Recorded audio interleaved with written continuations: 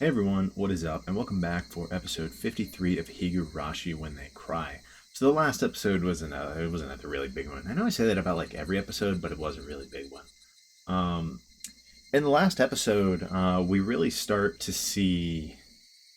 I think we really are getting into the end game here. So Rena has really started going crazy, and we're going to keep the summary brief. But there are three really major events that I would say occurred. There are three or so major events that occurred last episode that could be relevant going forward. So first of all, the big thing is that Rena she calls Oishi, um, and she kind of tells him a lot of what she thinks is going on, and Oishi seems to really buy into it.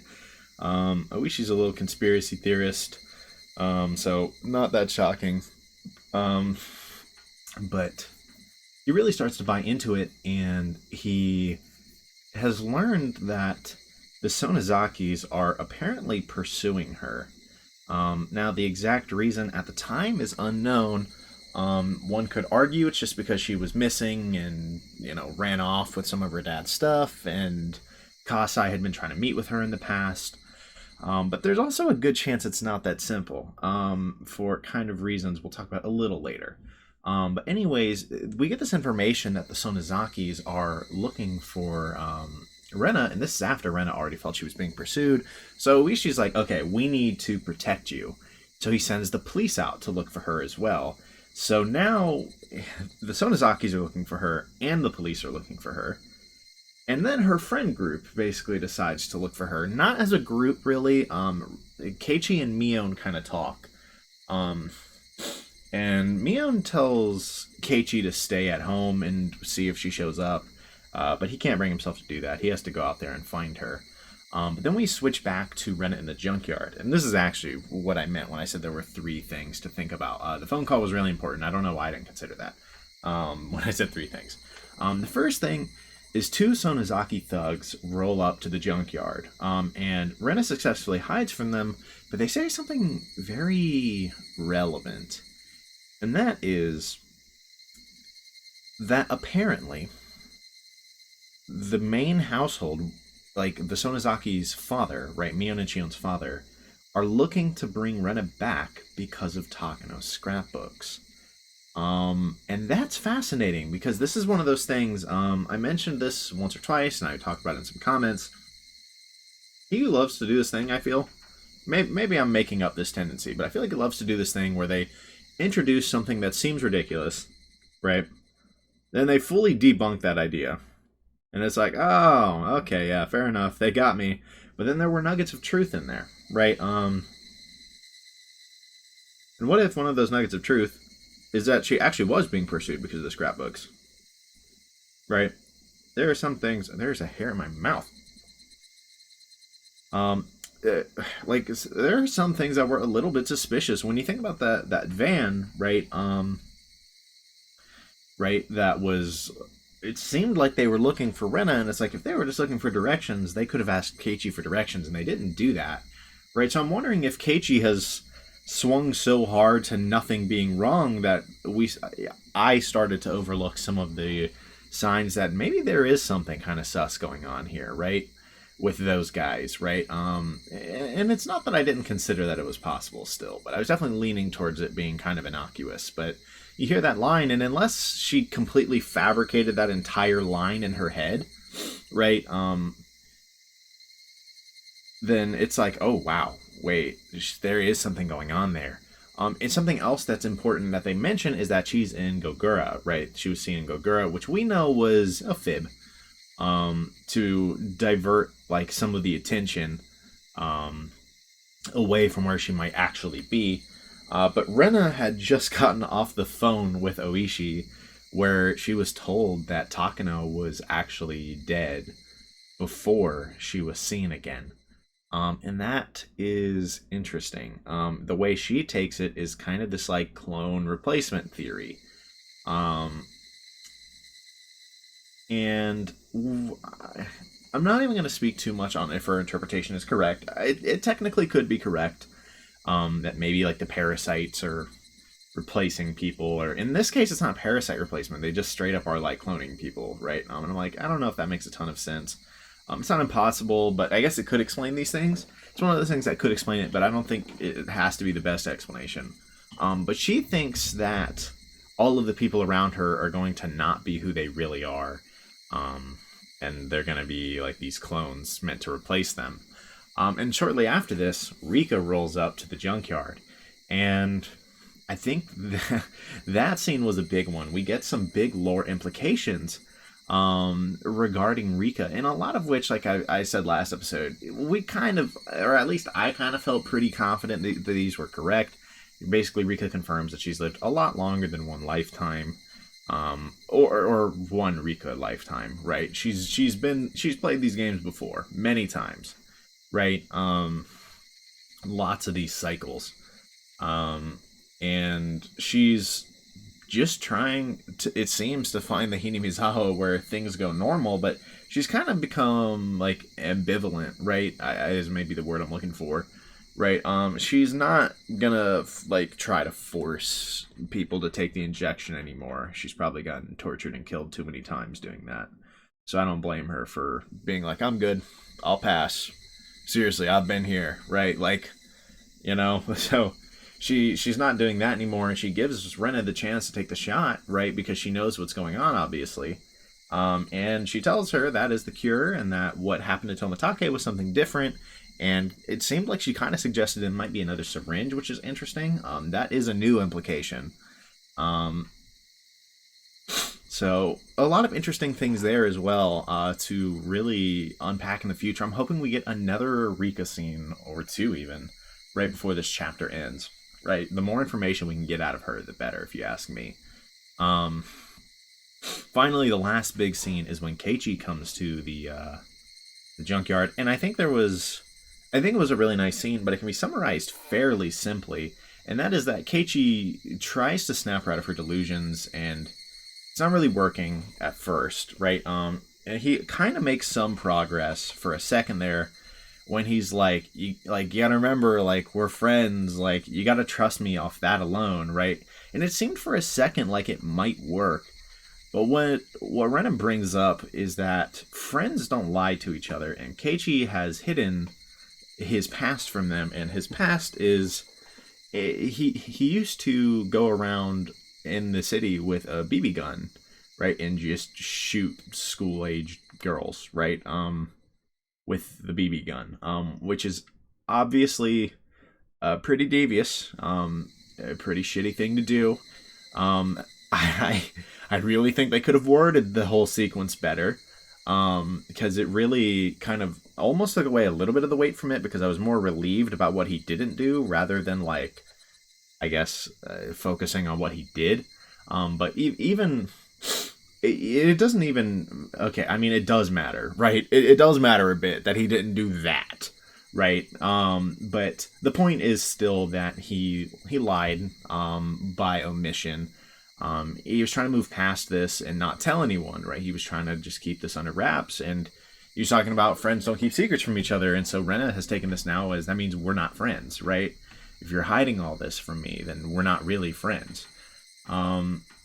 Which, make of that what you will, but given Rena's current state of mind, I can't blame her for thinking that way, and frankly, Keiichi thought about it, and he couldn't really blame her either.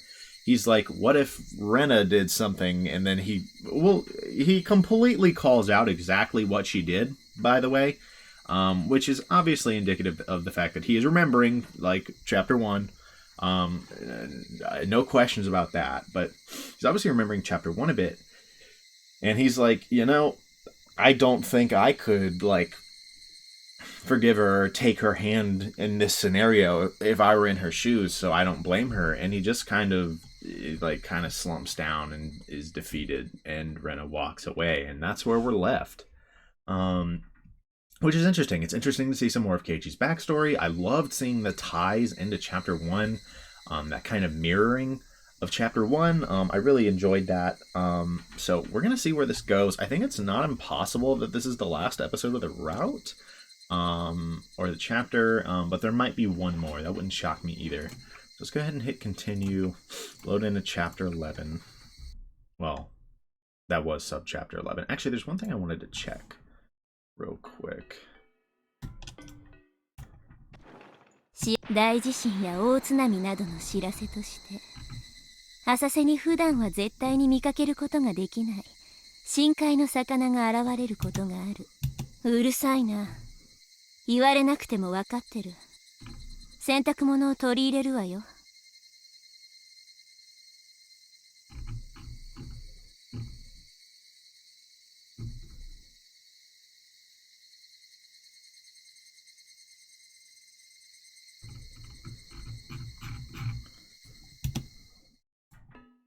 I just wanted to look through these two.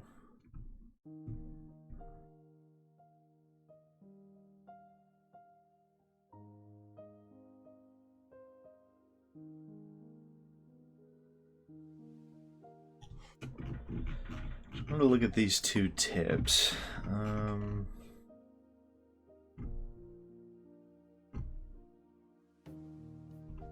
Okay, I don't think this one is really quite what I was looking for. I guess it was just the other one. Oh, this is, I think, the other one I was looking for. うるさいな。ダメなのです。その飲み物はあなたにはまだ早いのです。なんで私が憂鬱か知りたい？そんなに落ち込まなくてもいいのよ。割と一瞬で。でも、そうね。これだと6月の25日の夜だと思いましたです。綿流しの祭りが終わって。やっぱり決まってるでしょ。はう。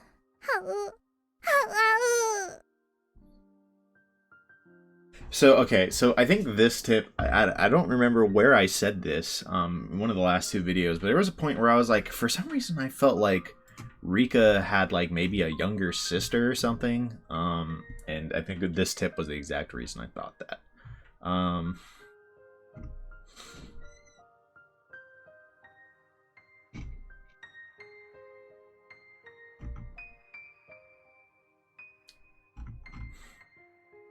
So yeah, I mean, she's drinking because she's lived many years.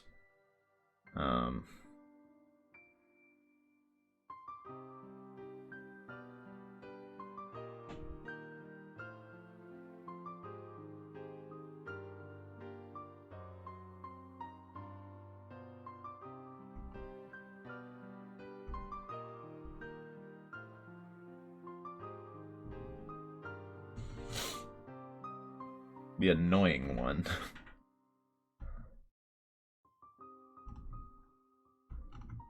That's a crazy description. I figured I'd do this before the episode starts, because I'd probably forget about it after. That's what happened last time. I meant to look for this tip. So this is interesting. Her kind of the other girl responding like this, and by the way, she sounds really young, right? Which is, I think, why I was thinking younger sister. You know, she sounds really young.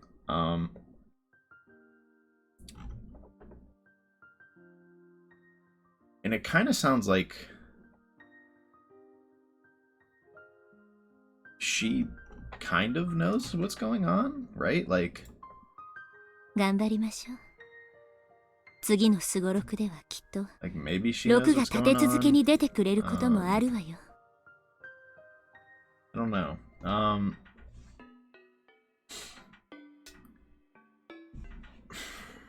I was wondering this because mainly because I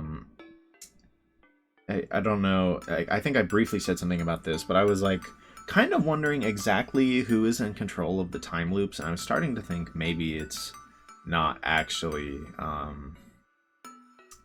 Takano like I briefly thought, and I'm like, it could be Rika, especially if the younger sister. What if the younger sister died in Rika's place, or what if the younger sister is just the one doing the time loops? I keep saying younger sister. It doesn't necessarily have to be a younger sister, just someone younger that Rika is associated with. I'm saying at first I was thinking sister because I'm like, I guess it would conveniently explain why everyone thinks Rika is dead.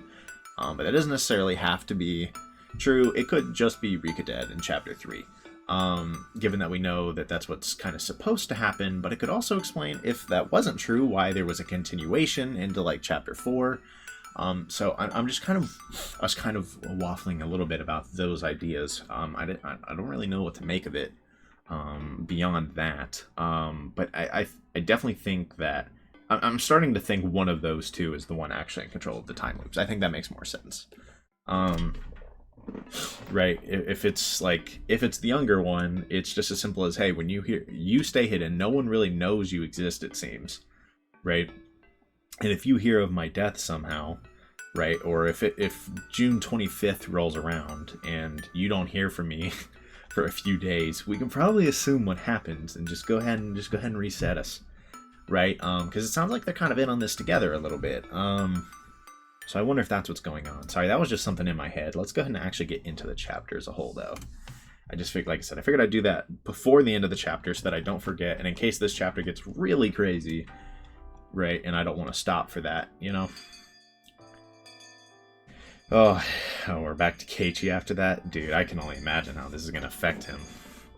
At lunchtime the next day, everybody in class was talking about Rena's disappearance. We were all worried about her safety, but I kept a safe distance from everybody else. Mion's gonna notice. Mion's not gonna let this slip by. 鬼隠しにあったなんていい加減なことを言ってる連中もいるよ。まったく。ケイチさん、今日は元気がありませんでしたよ。みー。Rika just slyly standing there is crazy. Sadako and Rika-chan noticed something odd about my attitude. 俺は I couldn't sleep at all last night because of what Rena told me.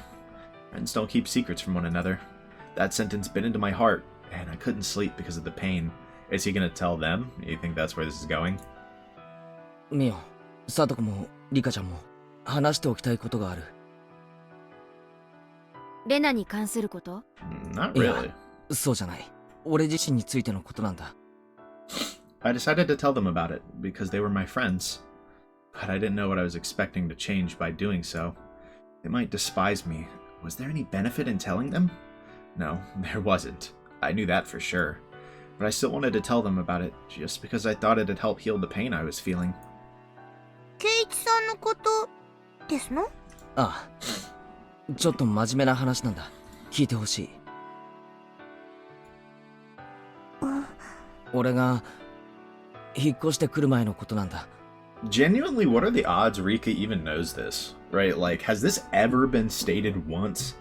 当時の俺は勉強しか脳のないやつだった。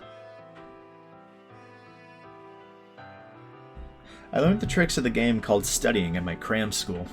I enjoyed the sense of superiority I felt by getting good grades. I kept studying just because I wanted to look down on the other students. When my grades got better, my parents got happier, and my teachers praised me. I felt good. It was fun to look down on the students who were good at running, dodgeball, or swimming. That was the only reason I kept studying. Okay. I was like, wait, is like the game audio like way too quiet? It looked really quiet on my mixer. Before I knew it, not only was I at the top of my class, I was the top of my school. So I started to think I was the most important student there. I looked down on the kids who were playing in the schoolyard during lunch break. I enjoyed feeling a sense of superiority to them in my insignificance. The more I studied, the better everybody expected me to do. They started to place high hopes on me. They expected me to go to the best school in Japan. I flattered myself in thinking I deserved to go to that school as well. But the fun went out of looking down on people, while the burden of studying didn't change a bit. My classmates stopped admiring my cleverness after a while, and my teacher started to push me to study more. All of a sudden, the fun had gone out of it. To begin with, I didn't even like to study. I had average reflexes. I was average in a fight. I was an average boy with nothing that really drew attention, so when I found something that I could use to get that attention, I jumped on it. It happened to be studying for me, but if it was riding a unicycle or juggling, I would have done that too. When I realized I didn't enjoy studying anymore, it got very boring. I was just a little boy who wanted to be praised when I did something better than anybody else. I finished all of my summer homework because my parents praised me for it, and I took charge of cleaning duties at school because my teachers praised me for it. So when they stopped praising me for what I did, I began to feel as though my life had no meaning. My parents used to give me an allowance that was proportional to how good my grades were, so I used to get a substantial amount of money for my age. I don't know if I had a natural interest in violence or if I was looking for it because of my frustration at the time. I took an interest in BB guns. At first, I shot at cardboard boxes. It was fun. Being violent at pieces of cardboard relieved a lot of stress. Nobody blamed me for doing that. But soon, I started wanting to do something I should never have done. On the box that my BB gun came in was a warning label that read, "Do not shoot at people." That was when I thought about doing just that. Why did I do something I shouldn't have? I guess I was just immature. I wasn't interested in studying anymore, but I forced myself to do so anyway. My parents forced me to go to several cram schools. I was mad at them for that. I should have told them I didn't want to study anymore, but I didn't have the courage to do that. So I used my frustration as an excuse to do something cowardly. I shot at kids who were younger than I was with my BB gun. It gave me such a thrill. It felt so good to do something bad when I was so overcome with studying. Needless to say, I had no personal grudge against the kids I shot. As long as the kids passed through a deserted street, they met the requirements to become my target. I didn't mean to hurt them. I shot at them once or twice from a distance. That was all I wanted to do. But sometimes they didn't react at all because the BBs hit a thicker part of their clothes or something. I didn't like that, so I started to shoot until they noticed they were being hit. It inevitably escalated into a barrage of gunfire. I study a lot. I'm doing something good.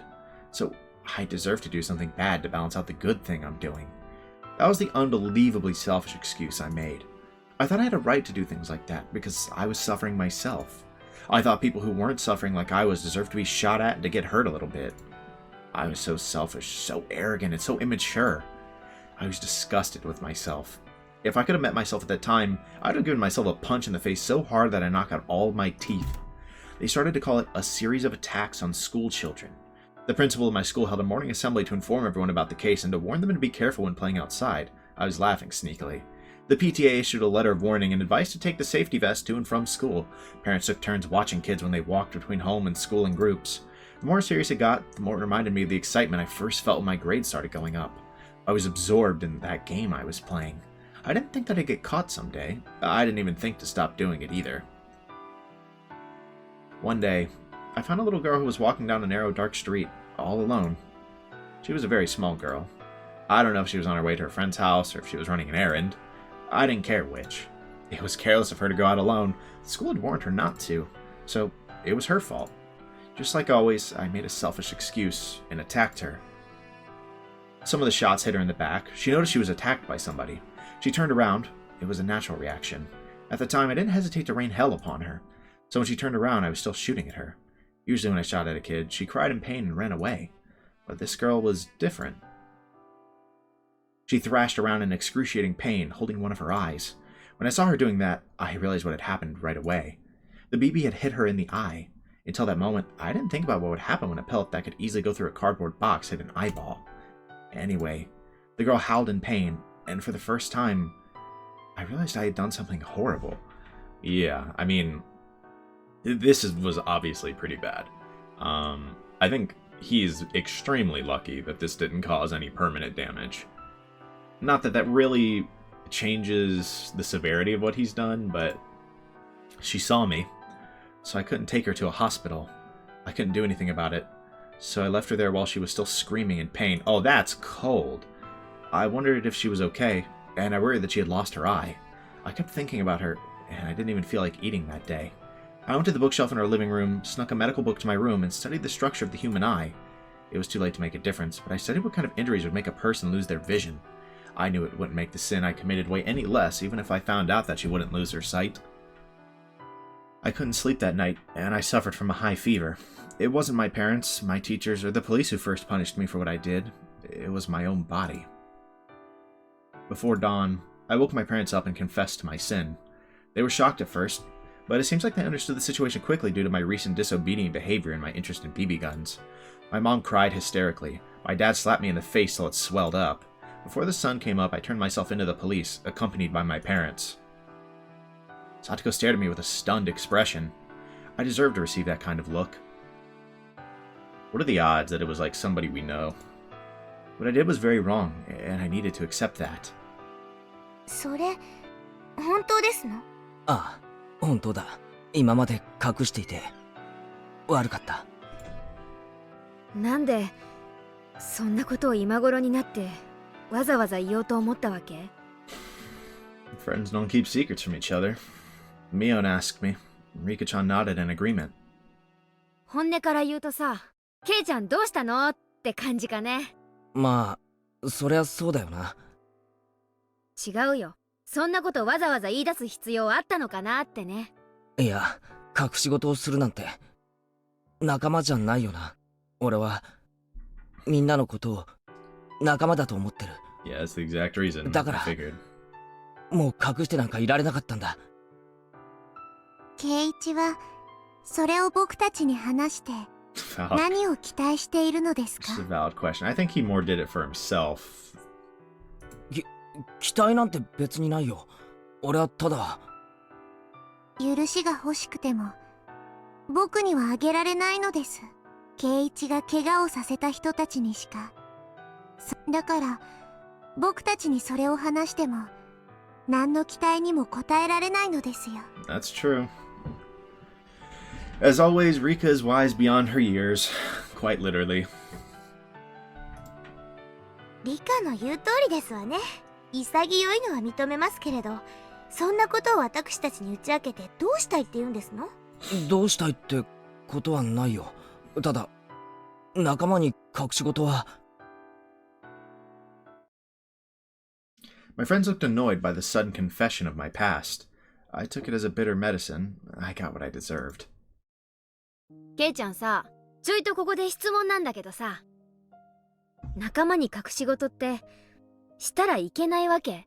Yeah, I mean, I think that's fair. Like, I think Rena obviously is just in an extremely hysteric state. I feel like she's not really in a state where I don't want to say you shouldn't take what she says seriously, but I mean that's kind of true. But it's more like I understand from Keiichi's position being rejected like that by Rena because of this really hurt. But yeah, I mean I think that's kind of fair, right? Like what ケイち Mion ゃん is の論 saying. 法だと隠し事をしないのが仲間みたいな話だけどさ、おじさんはそんなの嫌だね。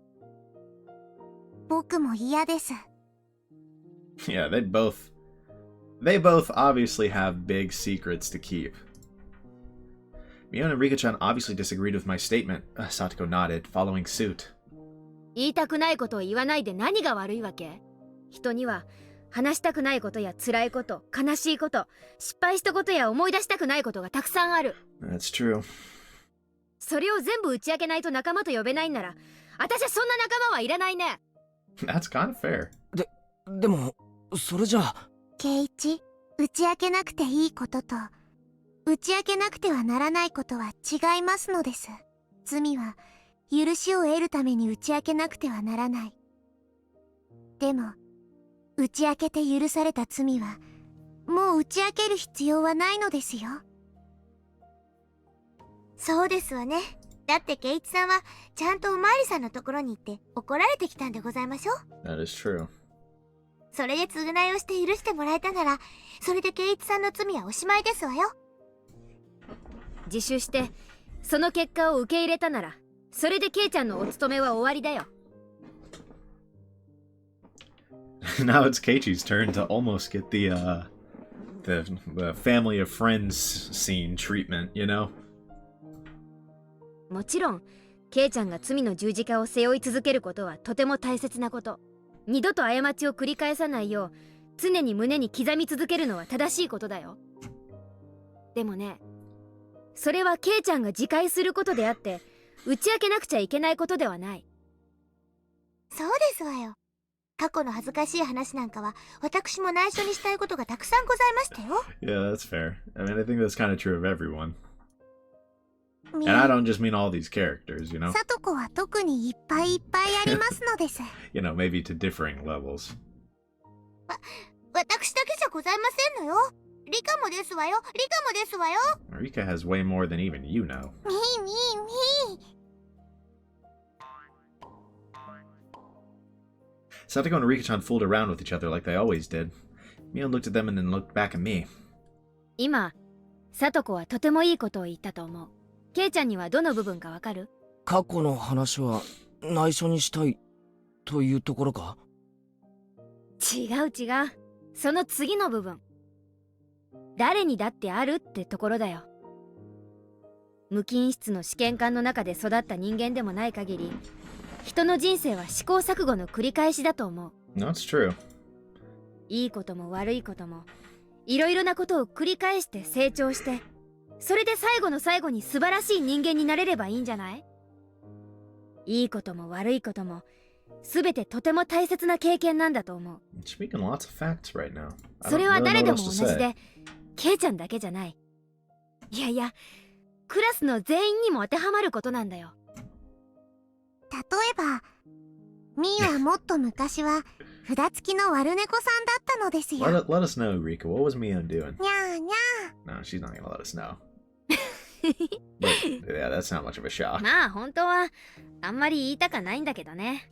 私から見ればモデルガンで闇討ちなんてかわいいもんだって。Yeah, I fully 私なん believe か that. レンガとか投げつけてたよ。いやほんと、警察に何度お世話になったことやら。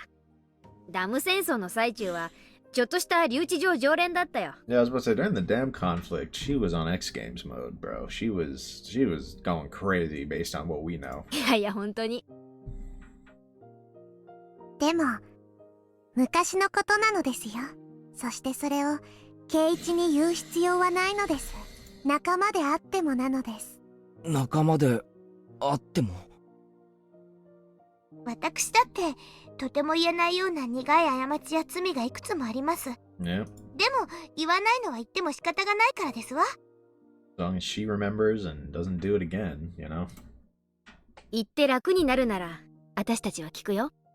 でもね、仲間だから言わなければならないなんてルールはない。むしろ仲間なら言いたくない過去を察してあえて聞かないのが本当の仲間なんじゃない？ They just keep speaking facts. I don't really know what else to say. I mean, like, I think obviously there's like a level where that's not like maybe not completely true. But like, I think for the most part, like, I agree with that, right? Like, just the general idea that you don't have to tell somebody all of this stuff, right? And I know the big thing here is that obviously Keiichi was rejected by Rena for that exact reason, and I don't think they know that, but they might kind of have a inkling of suspicion, right, that something happened maybe with Rena, because he didn't tell her things like this, right? But I think that's what's really happening. They're trying to really reinforce to him that, like, that doesn't make you not friends, right? Like, you weren't necessarily in the wrong for that, right? You don't have to tell people that, like mistakes you made long in the past that you've already atoned for, right? Like, you know, and for the most part, I would agree with that. This is just another nice scene. That is kind of reminiscent of the Family of Friends scene. それはそうだけど。 Not quite to the same level, because murder is certainly not the same as shooting people with a BB gun like several years prior to this. But, you know. ケイちゃんが打ち明けて楽になったならそれでいいよ。私たちは今日の話をすぐにでも忘れる。それに今日の話を聞いたからケイちゃんとの接し方を変えるようなこともない。圭一が前の町でしたことなんて今の圭一と何の関係もないのです。 And I think that's the big thing. If it's not a mistake he's repeating. He's not like doing anything like that again. He, like he said, he's like atoned and kind of not that person anymore, right? I think that's a fair way to view it, right? You know. 今の圭一が僕たちにとってかけがえのない仲間であるのなら Marissa, 前の町のことなんか僕は知りたくないのですよ。 she said, I do not care. 理科の言う通りでございますわ。逆に前の町でどんなに善行を積もうともこちらに来て嫌な人だったなら前の町の善行なんかしたことじゃありませんわね。 Yeah, I mean, to them, what really matters is who he is right now. ってことはさ、ケイちゃん、前の町での十字架はケイちゃんが密かに胸に秘めることであってこっちでわざわざ口にする必要なんてないんじゃない？いや、仮に口にしてもだ。それでケイちゃんの味方を変える程度のやつだったら、私はそいつの方を見下げるね。Well, that maybe happened. 過去が何だろうと、今が素晴らしい人間であるならば、どうして恥じることがございますの？もし過去の過ちを一生取り戻せなかったら、私たちは何のために生き続けますの？ I feel like this. I hope this helps Keiichi the way it needs to, right? After that whole scene with Rena. 聡子は過去にとても甘えん坊さんでした。Oh, we just spilled the tea. それを後悔して、今はこんなにも元気で頑張っていますのです。だから僕は今の聡子はとても素晴らしいと思いますです。昔どうだったかなんて僕は興味ないのです。リカ。ケイちゃんだってどうよ。例えば私が留置場常連の札付きだとしたら、私への見方を変える？変えないでしょ。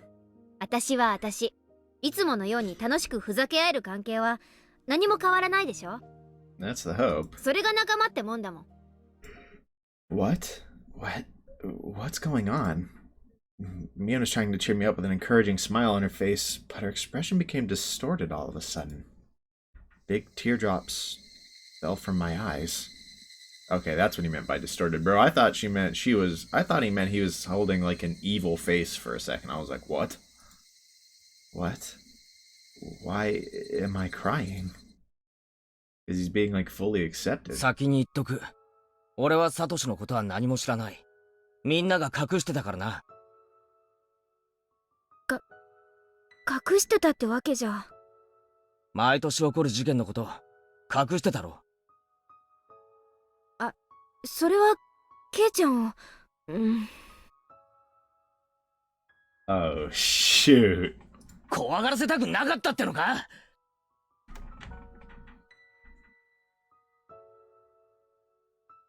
We're going back. He's remembering. This is crazy. This is crazy, man. それが理由で俺だけのけ者かよ。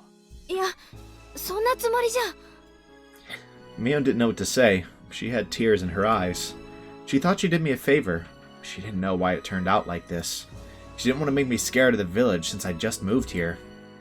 What more reason did she need? ミオンに直にダム現場で事件がなかったかって聞いたよな。ミオンはないって言ったじゃないか。バラバラ殺人があったのによ。嘘つき野郎。ごめん、嘘ってわけじゃ。So, is he starting to feel guilty of what he did in Chapter 1? That is crazy. 仲間ってのは隠し事なんかなしだろ。 He's remembering that he's done this. そうだろ。じゃあお前らは仲間じゃない。Seeing him say those exact words and disenfranchise someone else like that, right? He's realizing he's done this before, right? We'll see if he realizes that he's literally done this, or if this is just like in his head some nightmarish alternate scenario that could have been, right? I'm sorry, I don't scream.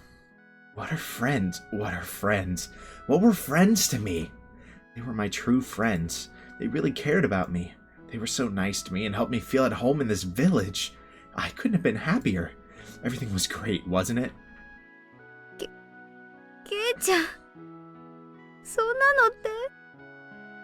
Jesus, seeing this again is really hard now, especially flashing back to this in this chapter is fantastic. Even more amazing callbacks. Mion seemed like she didn't know what to say. Her eyes looked moist. It was hard to believe she was really acting like this. It wasn't like Mion at all. I could feel her pain. She was in pain because she didn't know what I was blaming her for. She looked so sad, but I didn't notice her pain. I thought I was her friend. I didn't understand her feelings. I didn't trust her. I just used the word friends, but I didn't do anything like what friends were supposed to do. そうだった。俺はクズだったんだ。ミオンはミオンだったんだ。俺の最高の仲間だったんじゃないか。Saying this out loud? どうしてミオンを疑っちまったんだ。どうして。ケイちゃんさ、最近元気ないよね。都会から引っ越してきたんだもん。きっと今頃になって疲れが出てきたんだよ。それで風邪をひいたんじゃないかな。 A cold. そっかそっか。 That's one way to put じ it. ゃあ栄養をつけさせてあげないとね。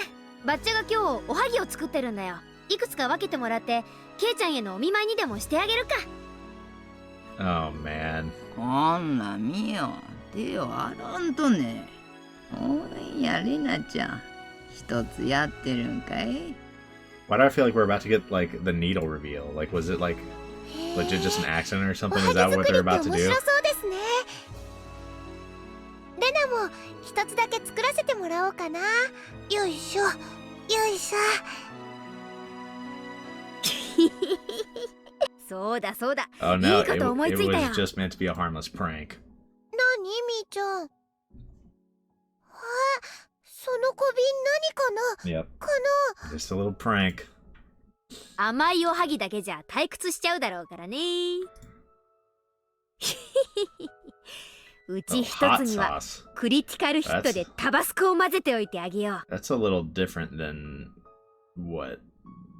That's not a sewing needle. That's right. That's what happened. They brought Ohagi for me to help me get better. They only tried to cheer me up. Why did I get so scared of them? Just because Mio knew I had lunch at Angel Mort, I grew terrified of her. ケイチくん、顔色悪いよ。 Are we really gonna go with like the sewing needle was just hot sauce the whole time? もう横になった方がいいと思うな。そうだね。私たちはもう帰ろう。 They just wanted to cheer me up with a joke. But because I looked so serious. じゃあね、ケイちゃん。 Please get better soon. I hope we can hang out in the club together tomorrow. It was a normal way of saying goodbye. 明日学校休んじゃ嫌だよ。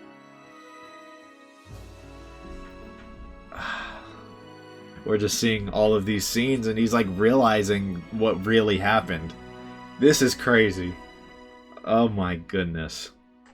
This is actually kind of crazy to me, right? Seeing all these scenes and kind of realizing, I mean, it kind of does indicate that it was Keiichi's perspective that was just warped, right?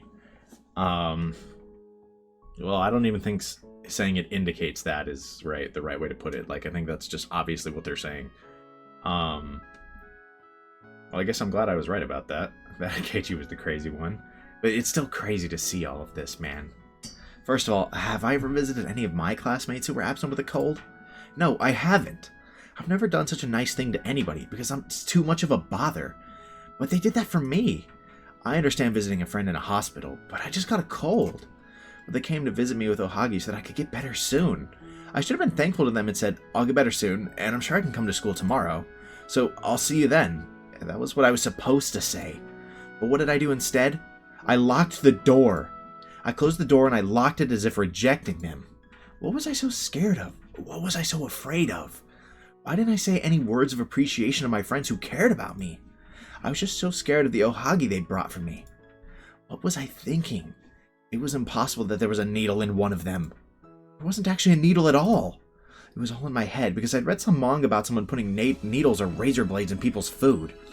It scared me so much that I believed it could also happen to me for some reason. And I thought there was a needle in the Ohagi.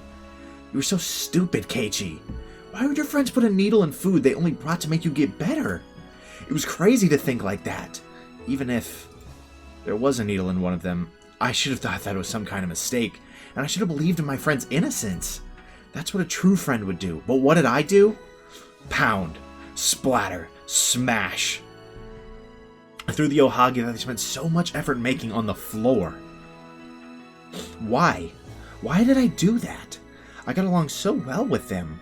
I moved to Hinamizawa, and I made friends for the first time in my life. They were my best friends.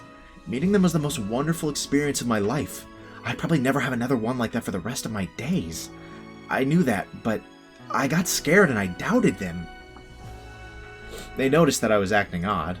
That's why they called the manager, Irie. They thought a sedative might help me relax so I could rest and get better. That's why they carried me up to my room. Oh no, oh no, he remembers this. No! No! Bro. No. Mion just wanted to make it fun. she's the kind of person who expresses her goodwill by making a joke out of it. I knew that better than anybody. She knew Irie would roll up my shirt to check my heartbeat with a stethoscope, so she was just trying to draw graffiti on my shirt just like she did to Tomitake-san as punishment for the game he lost. Yes, that's why Mion took a felt marker out of her pocket. A felt marker. She brought a marker from home because she just wanted to do something funny. She tried to cheer me up by making me take a punishment for fun rather than nursing me, because that's just what Mion is like. She went to the trouble of bringing a felt marker to my house, just because she wanted to cheer me up. And how did you repay her? Rena held me down tightly, and Mion came closer to me to write something on my shirt. Mion whispered the words she was going to write on my shirt. I heard them. I heard them clearly. I heard what she was going to write on my shirt. We're going to do to you what we did. Oh my god. The whole thing about, like, what's going to happen to you is what happened to Tomitake. Oh my god. They just meant writing on the shirt. Oh my god.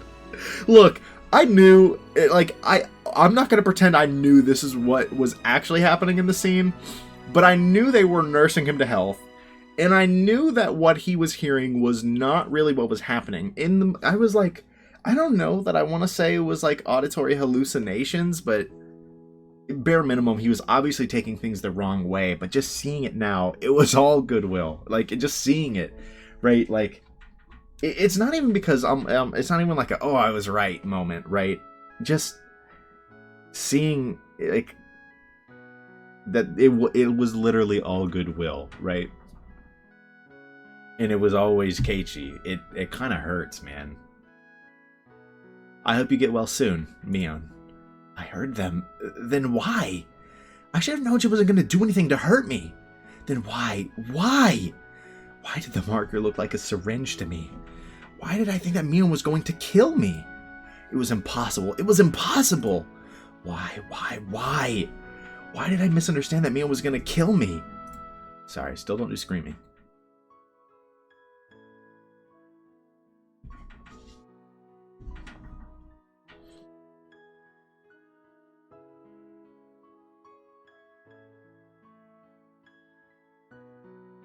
I mean, I think it's obvious to say that whatever the craziness is, the paranoia, right, is what really caused him to think that way, right? It really distorted everything. I wonder if we're going to get, like, if Keiichi's going to learn about that in-universe, that it presumably was not his fault, really, right? Like, we've seen Rika kind of acknowledge this to Rena as, like, a mental sickness, right? So, I mean, obviously everything Keiichi did in Chapter 1 is messed up, but I don't really blame him. But still, seeing everything that happened... Jesus, man. The numbness in my head receded, and slowly, I felt blood start to run through my entire body again. How long was I squatting down there? For a few minutes? Or a lot longer than that. As I looked up at the clock, the hands weren't moving at all, as if they had stopped while I had my eyes closed. Really? The atmosphere in the room wasn't filled with insanity like it was earlier, but it was quiet and gray. Rena wasn't holding me down. Mion wasn't about to give me an injection. Was all of that just some kind of illusion? There was no sense of presence other than myself in that room. Is he gonna remember what he did? It was an extraordinary experience, the kind I'd never had before. I was there with Rena and Mion. I doubted my sanity for a moment, but at the same time, I felt some kind of relief, too.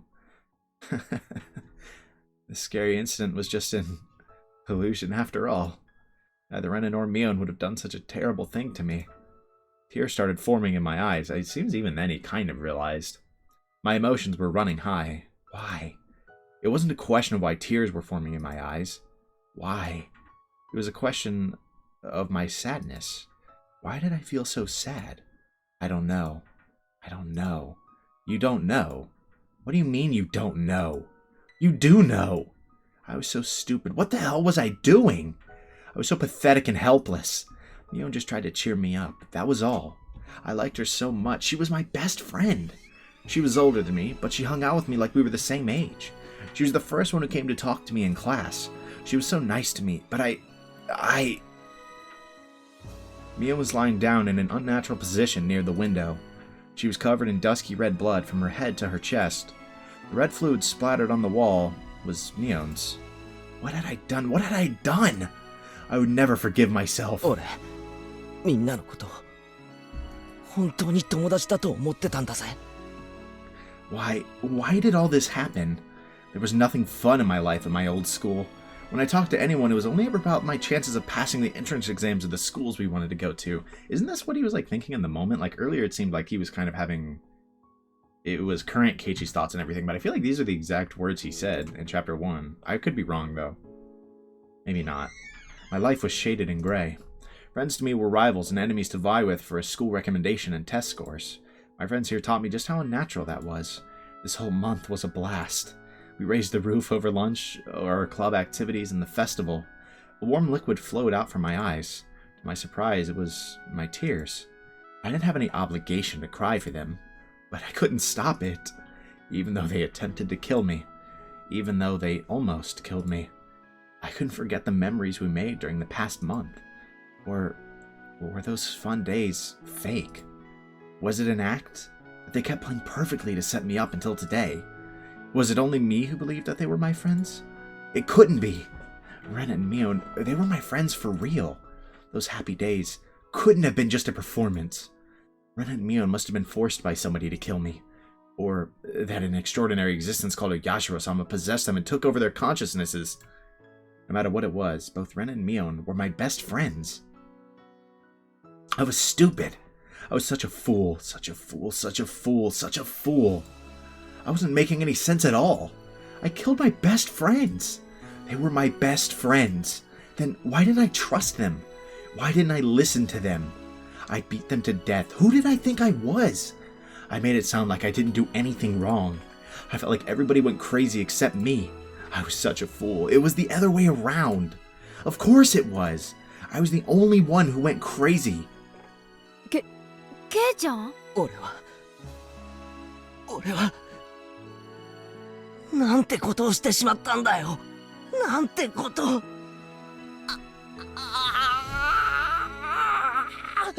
What are the odds he has a talk with Rika?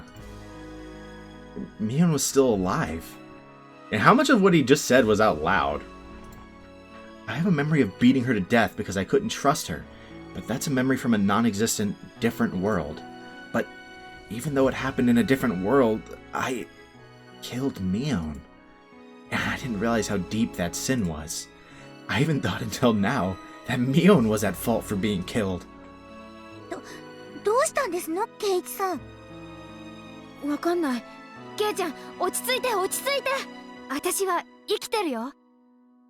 ケイちゃんになんか殴り殺されてたまらかっての。Bro, Rika's gonna need to have a talk with you. You said all that out loud? ねえ。 Where is Rika?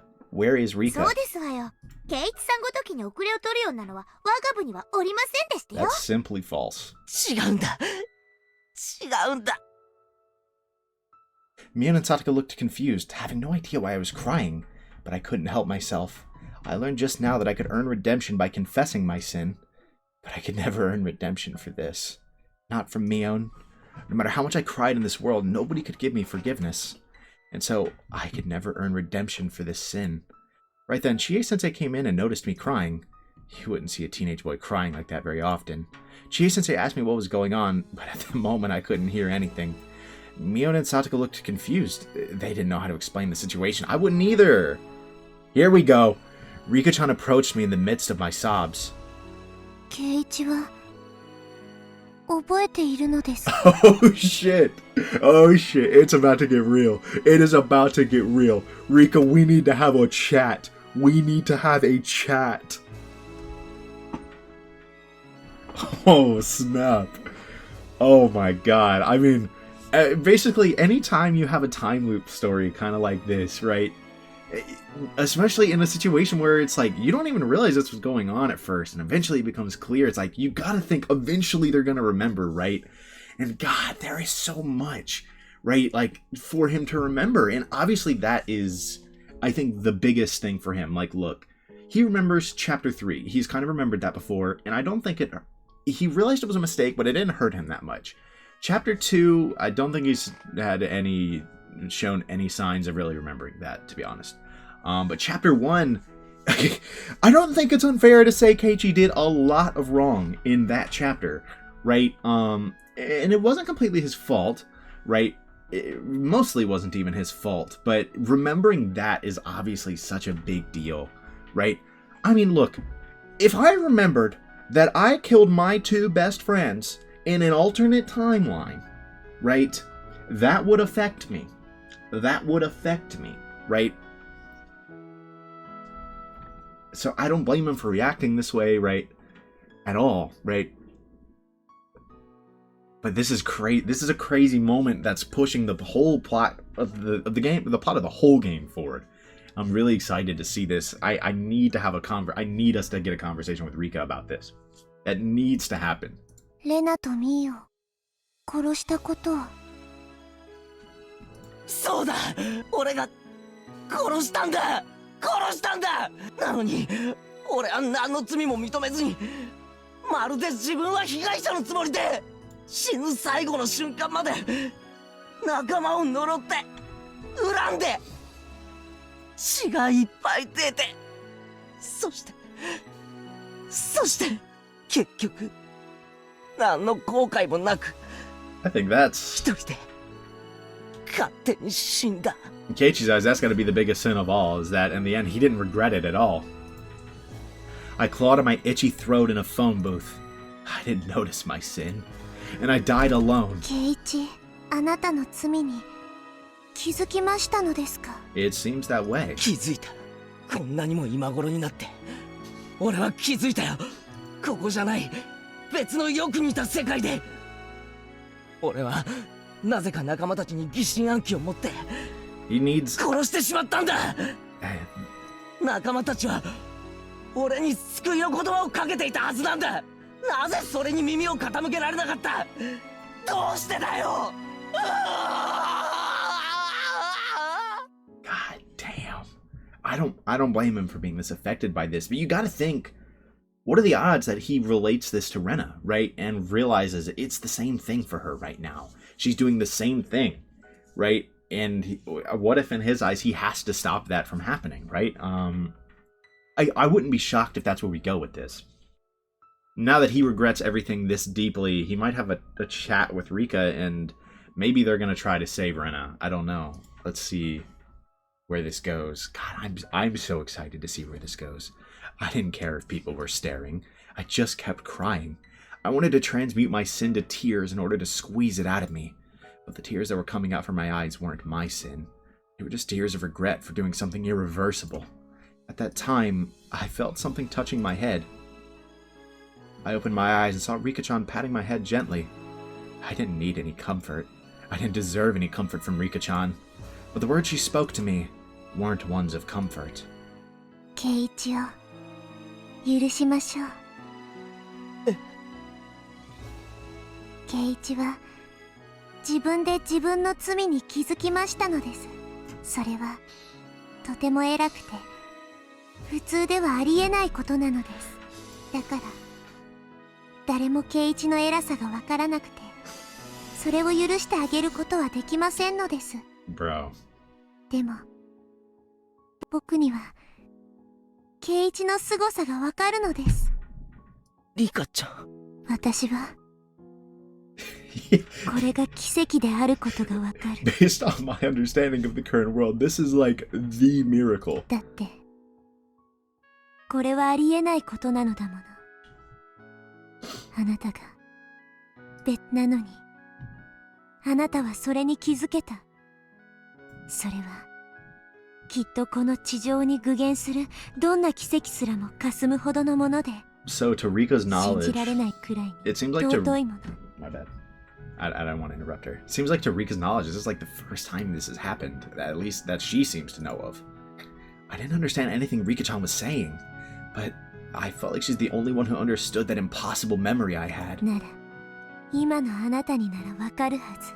リュウグウレナが Yes. どういうことになっているのか。 Yes, that's exactly where this is going. ああ、わかるぜ。あの時の俺と同じなんだ。仲間のことを信じたくて信じたくてしょうがないのに、信じられないんだ。どんどん自分がおかしくなっていくのに、そいつがわからなくて、世界の方がおかしくなったって信じてやがるんだ。どうすりゃ救えるかなんてわからねえよ。 But Rika does. わからないんだ。だって俺はダメだった。結局死ぬまで、いや死んでも気づけなかったんだ。 Yeah, I was gonna say. それをレナに気づかせるなんてどうやって。救えないよ、救えない。俺がそうだったからよくわかるんだ。どうやったってもう救えないんだ。 Calm down, Keiichi. I did fail, but that didn't mean Rena would too. There was no excuse not to save her because I thought she'd fail. After all, what did Rena do back then? I was totally going mad, but she risked her life to save me. In my room, in that world, I had beaten her many times with a metal bat. But she was smiling. She knew I was scared, and that's why she smiled for me. Bro, even in that scenario, you're lying. I beat her so many times. Her arms were broken and her forehead was cut open. I remembered, Rena didn't block her head, even at the very last moment. She opened her arms towards me, like she was looking for a hug. Bro. But I still doubted her, and raised the metal bat up high. Rena told me then that it was okay. 私を信じて。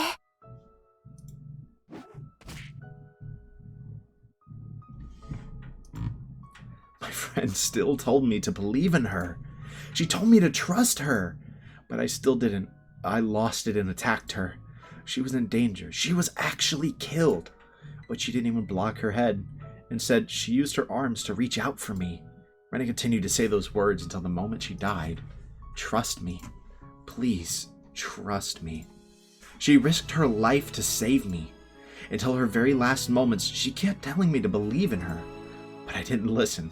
For so long, I truly believed that I didn't do anything wrong. リカちゃんに許してもらえて少し心が軽くなった。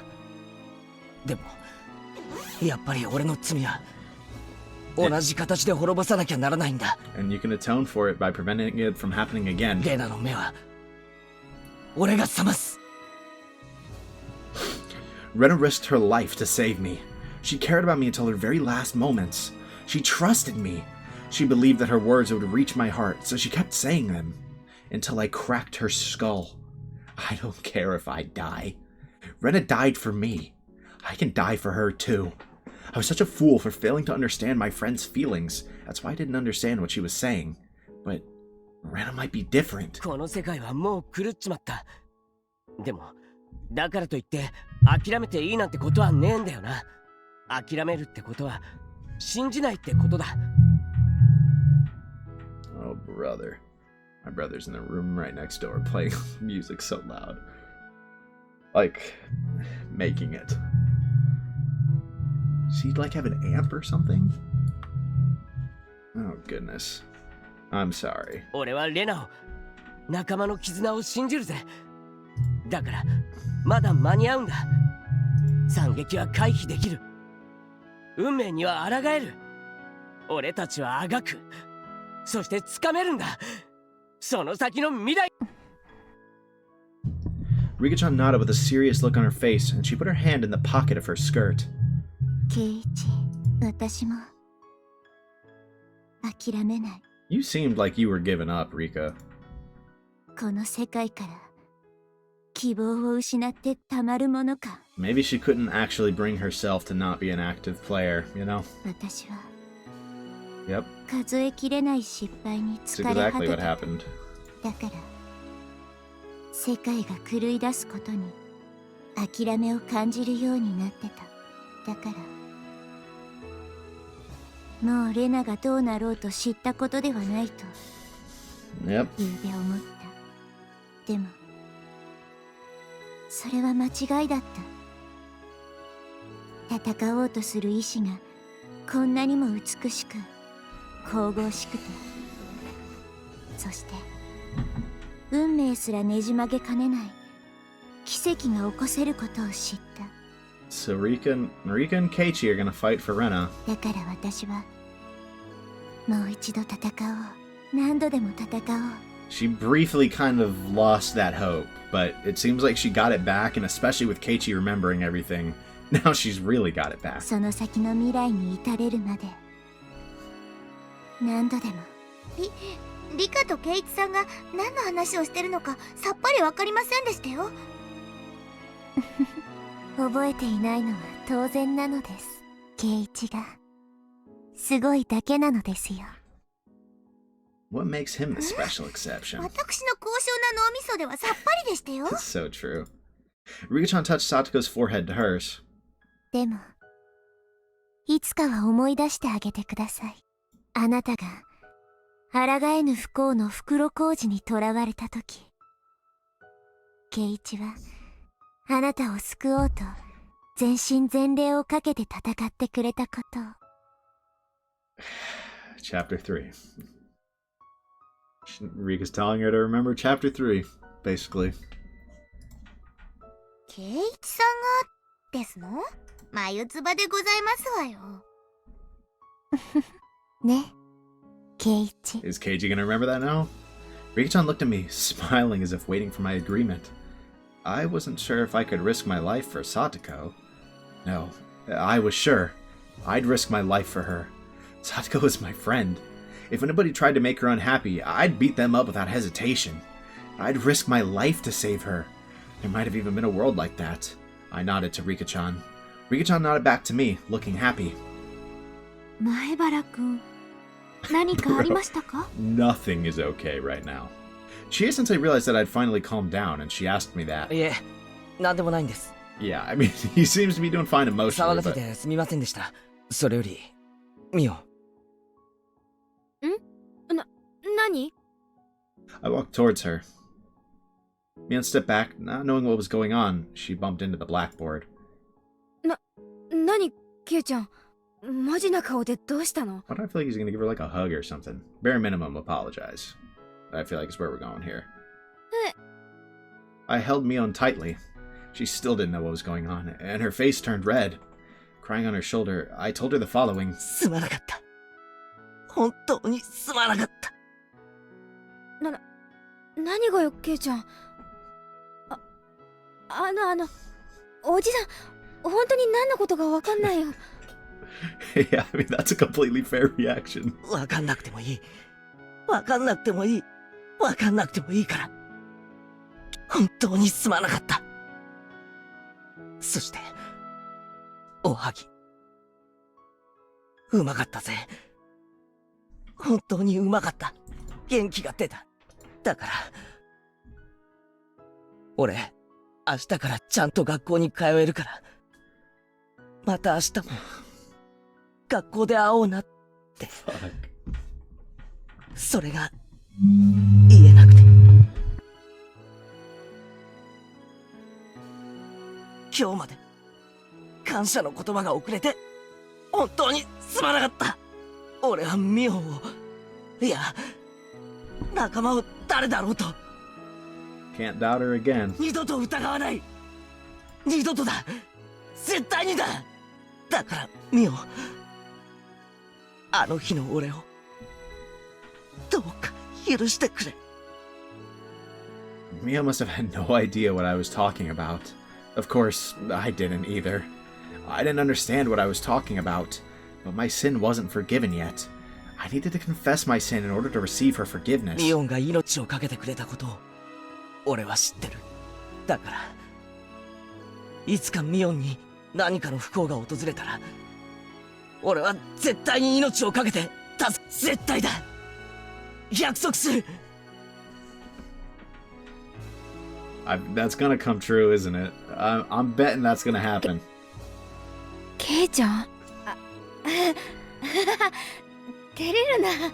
I mean, like, I guess you could sort of argue it happened in chapter 2, like that. Like he attempted it. I mean, he didn't really know it wasn't Mion, but Mion's face was bright red. She didn't know what was going on. Sadako was blushing too, with a confused look on her face. But Rika-chan and I understood everything. We weren't going to accept a tragedy. We couldn't give up just because the world was going out of order. We were going to fight against fate to the very last moment. Mion fought for me. Rena fought for me. That's why I was going to fight for Rena. Just like she did for me. I was going to risk my life to save her. Oh, shit.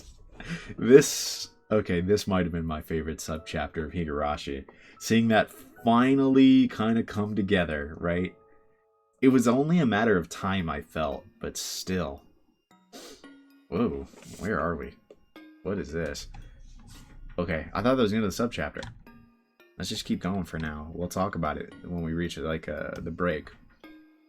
The summit was being held at a traditional Japanese restaurant in Shishibone City. When a black car stopped in front of it, 3 burly cops got out of it, followed by Oishi. They were welcomed by Sonozaki Corps members in equally black suits. It was something you didn't see every day. Wait, what?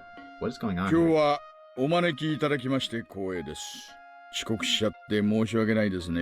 What is going on here? お客人、ご案内いたします。どうぞこちらへ。Why is Oishi meeting with Kasai? There was a sign saying reserved at the entrance. Oishi and his subordinates were taken inside. They walked through the restaurant's pretentious landscaped garden, and they came to the gorgeous Japanese-style entrance. Okay, that's their mother. Hello. A woman in a kimono was waiting at the entrance, as was Kasai. Upon seeing the police officers, they stopped chatting and bowed deeply. The woman in the kimono was Mion's mother, Akane. いやどうも園崎社長さん。本日はお招きをいただきありがとうございます。 Yeah, what is this chat about? ようこそいらっしゃいました。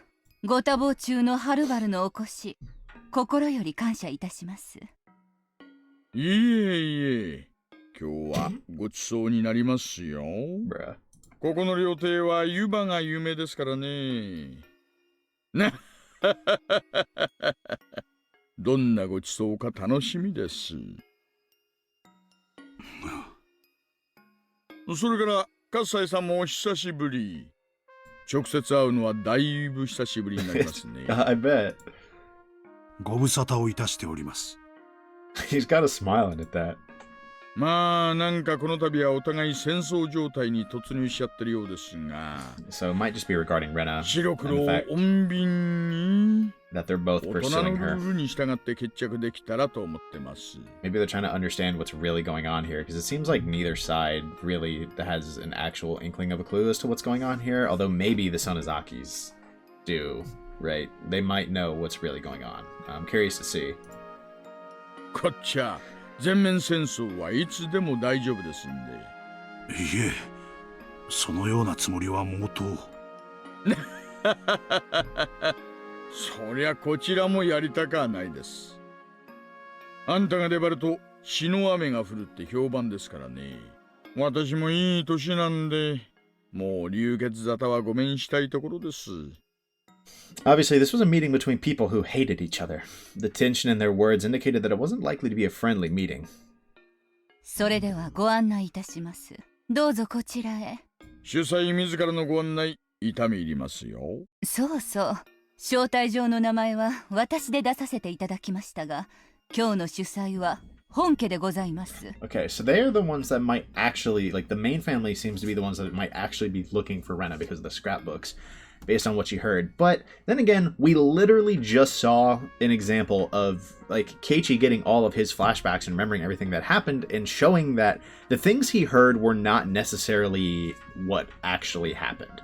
So that whole line about, like, we gotta find her because of the scrapbooks, that might just be a complete lie. And we'll see.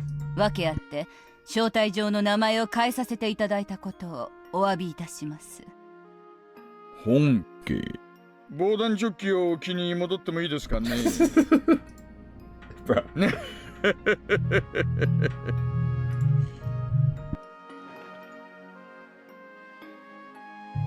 Wait, what? Hello. On the other side of the door, there were several tables, and Mion was sitting at one of them. Since Mion was still young, her school uniform functioned as her formal dress. Still, it looked strange with both the police and the corps members in black suits. これはどうも園崎家の次期当主のお嬢さん。今日はお招きくださり光栄です。本日はようこそお越しくださいました。まずはおかけになってください。Mion politely welcomed the police, undaunted even though they were older than her parents. Mion gave Kasai a look, and he tapped on the door. The waitresses who had been waiting behind the door started bringing out drinks. おいさん、一体これは何のつもりっすかね。さてね、まあここは舌鼓を打たせてもらいましょう。ここの湯葉は有名ですよ。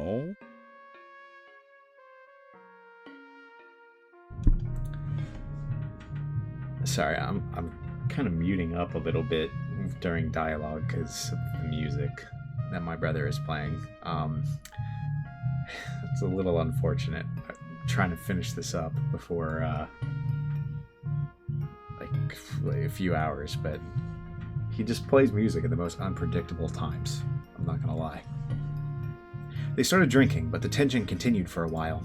Mion made the waitresses and the other members of the Sonozaki Corps leave the room, and soon only Oishi and his subordinates, Mion, Akane, and Kasai were left in the room. さて、今日はどういうお話ですかな? Akane nodded him again, speaking. 本日は皆さんとの間に生じている誤解について説かせていただきたく。発端はとてもさまつでございます。よってこの度の件は笠井達義と竜宮玲奈個人間のこと。Okay, so that's what's going on here. 園崎組は関与しておりません。個人的事情って何ですかね。片木の竜宮さんと極道の笠井さんにどういう個人的な接点が生じるっていうんです？笠井 Yeah, I was gonna say best to just explain. はい。僭越ながらご説明させていただきます。Kasai told the police officers that he happened to meet Rena at a coffee house in Okonomiya. He explained that Rena found something he lost there and that she offered to bring it back to him. ちょいと無理がございませんかね。まあ100歩譲って落とし物の話を信じてもいいですよ。その後がちょいとおかしくないですかね。竜宮玲奈を探して組の若い連中が動員されてるって聞いてますよ。それに関しましては、竜宮玲奈さんが遅くになっても帰宅されないのを家人が心配されていたので、繁華街で見かけていることがないかどうか若い者に聞かせたのですが、その際に手違いがありましたようで。Yeah, I mean, this is mostly what I expected. おうおうおう、こんな割烹まで呼び出してそのヨタ話を信じろっての？あんたうちらの商売を舐めてんの？ I'm not shocked that Oishi doesn't buy this, but Oishi looked a lot more like a member of the Yakuza than the real Yakuza did. Oishi threatened them with a nasty smile, and it piled all the more tension onto the atmosphere in the room. おいさん、まあまあ。Kumagai tried to make him stand down. The officers with hot tempers paired with others who are good at calming them down, just like how Yakuza do. Oishi backed off with a grin. Kumagai took over, continuing from there. Yeah, lock in, bro. Thank you. 園崎家さんはどうおっしゃりたいわけですか？竜宮玲奈と笠井達義の個人的問題だから民事に介入するなとおっしゃりたいわけで、そういうわけにはいきません。竜宮玲奈は警察で保護させていただきます。Mion opened her mouth for the first time in a while. There's nothing to protect her from. 警察は竜宮玲奈を保護なさる理由をお聞かせください。そりゃ決まってるじゃないかよ。あんたらが狙ってるからだよ。Oishi answered bluntly, but Mion remained nonchalant. That must have made him all the more annoyed. どうして東方が竜宮玲奈を狙っているとお思いで？そりゃあんたの胸に聞きゃいいだろう。ご自分のその胸に。おいさん、本日は皆さんの誤解を解くための会合です。Bro is not being very cooperative. もちろん耳を貸されないのもまたご自由かとは存じますが、聞いた方がさぞかしよろしいかと思いますよ。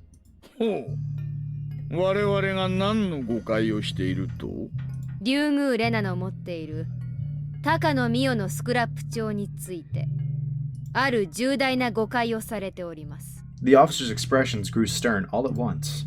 All of a sudden, she had gotten straight to the point. 竜宮レナの保護は彼女が高野美代のスクラップ帳を持っているからなのではございませんか？ Oishi and his subordinates glared back at her without saying a word, making it obvious that her guess was right. 葛西 Akane gave him a look and he left the room. However, he shortly returned, carrying a black suitcase. Every one of the officers assumed that there was a tremendous amount of money in the suitcase and that the Sonozaki family was trying to buy them off. Kasai opened the suitcase and showed the contents to the police. Is it the other scrapbooks? これは高野美代のスクラップ帳です。残念ながら竜宮レナに手渡したと思われるものは含まれておりません。これを本日の魚に致そうかと思います。Saying how they're complete, like fabrications for the most part. 中身を拝見させていただいても構いませんか？ええ、どうぞ。お話はそれを読んでいただいた後で構いません。必要でしたら人払いもさせましょう。いえいえ、それには及びません。The cops produced latex gloves from their pockets, put them on, and took one of the scrapbooks out of the suitcase. There were more than 10 of them in there. それらは高野美代の死亡の際に沖宮の自宅から発見したものです。Oishi and the others desperately turned the pages of the well-thumbed scrapbooks.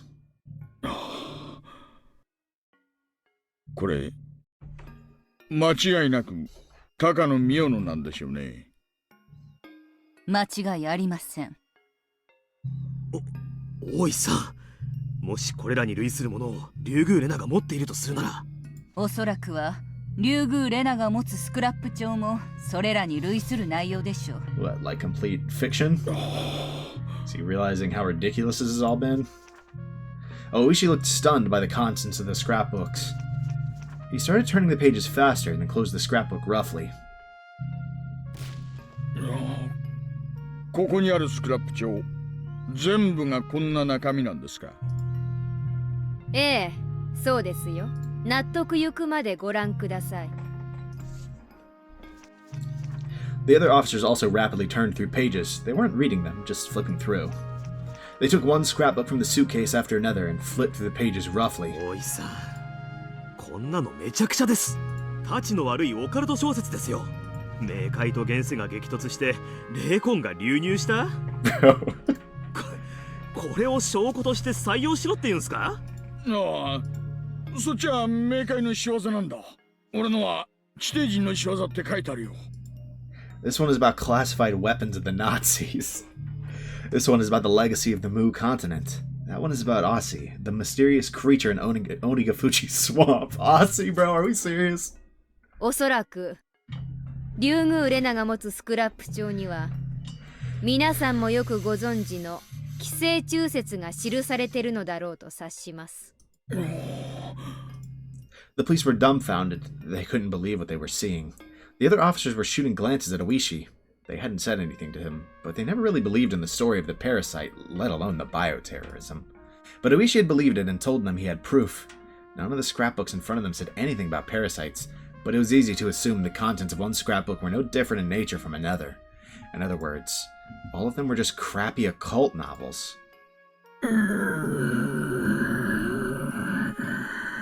Bro believed a little too hard. Oishi appeared unable to accept the fact that was facing him. But now that he was actually looking at it, it was too difficult to ignore. Mio Takano was an occult geek who had laughable ideas about the legend of Onigafuchi, but Rena took them seriously, and so had Oishi. The other officers could no longer stop themselves from laughing at the ridiculous scrapbooks. Oishi glared at them, and they stopped laughing. The main reason Oishi took the story of the parasite seriously was because the Sonozaki family was apparently after Ren and Ryugu for the scrapbooks she had. Plus, Takano, the owner of the scrapbooks, was killed. Because of these two reasons, he believed in that occult B-novel.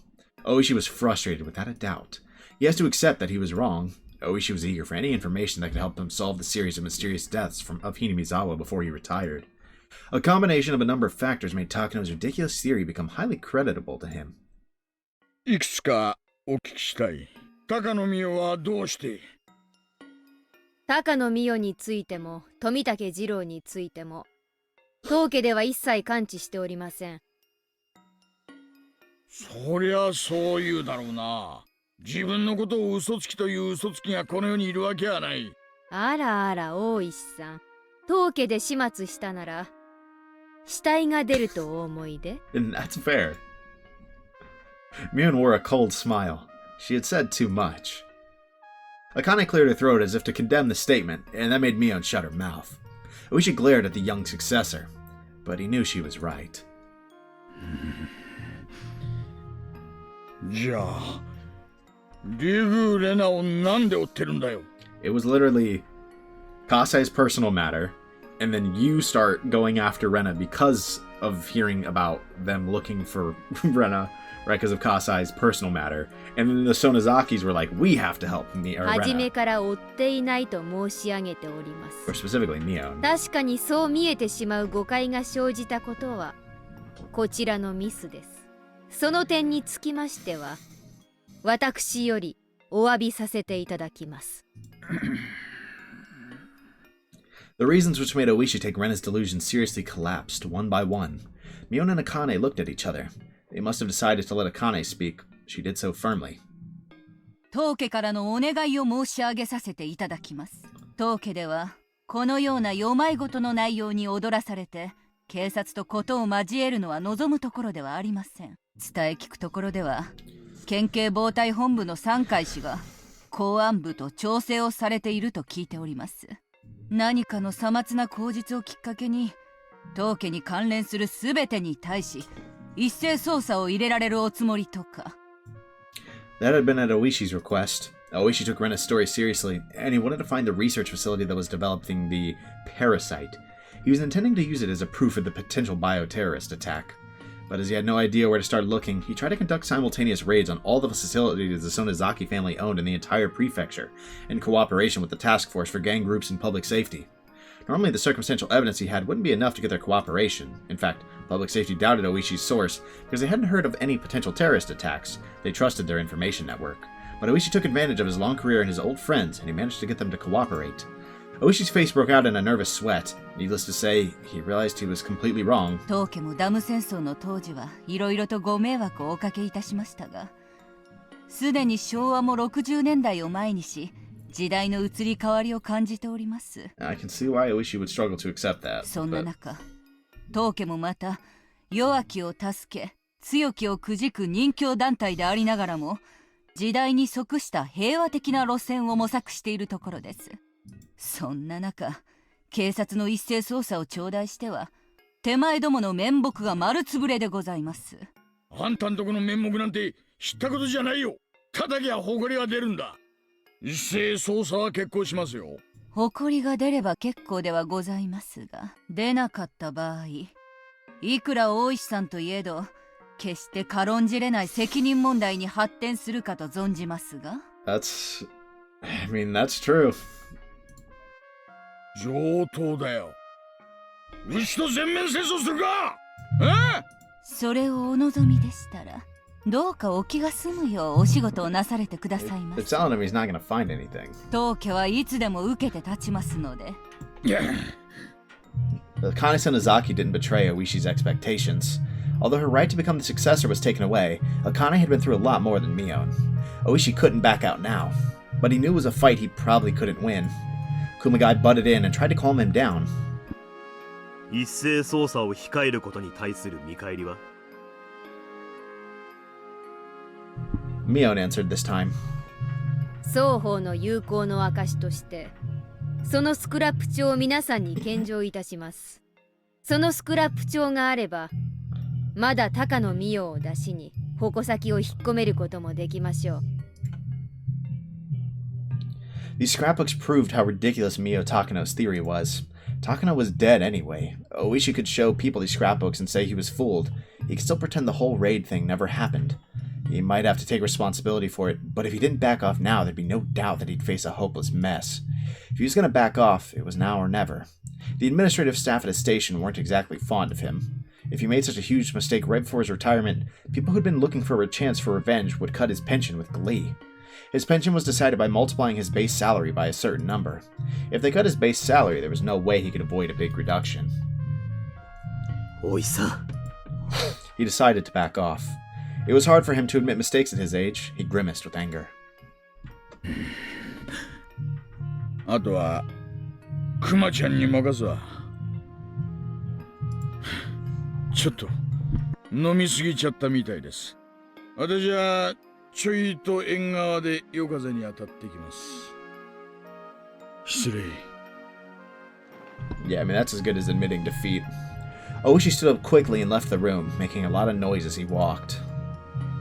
Kasai closed the door Oishi left open. The room was filled with silence again. At that point, Kumagai opened his mouth. 園崎家さんの言い分は了解いたしました。警察としても一斉捜査が及ぼす各業界への影響は本意ではなく、よって市内の平穏を維持するため、今後とも警察と園崎家で連携していくことを確認したいと思います。よってこの度の一斉捜査は見送らせていただきます。ありがとうございます。園崎家当主お領に代わりまして深く御礼申し上げます。約束に従い、このスクラップ帳は警察でお預かりします。それから条件が2つ。賜ります。1点目は、この場にないスクラップ帳を園崎家が入手した場合、速やかに警察に提出すること。2点目は、竜宮レナの身柄を確保した場合、速やかにその身柄を警察に引き渡すこと。Why? 2点目は認められません。竜宮レナは妄想に取りつかれた一少女に過ぎません。当家で速やかに身柄を確保した上で、しかるべき治療を受けられる医療機関を手配します。これは当人の権利でもあります。その点につきましては当方も主張を引けません。当方には高野殺しを含めて竜宮レナに尋問する権利があります。重要参考人としてです。容疑者としてではありません。Akane whispered to Mion. Mion in turn nodded and began to speak. わかりました。2点目の条件を了承します。ただし当方からも条件を追加します。竜宮レナの権利保全のため、当竜宮レナへの尋問はすべて弁護士立ち会いのもとで行うこと。Yeah, probably for the best. 了解しました。ただし1点確認を。園崎家からの弁護士が意図的に派遣されないことによる妨害は認めません。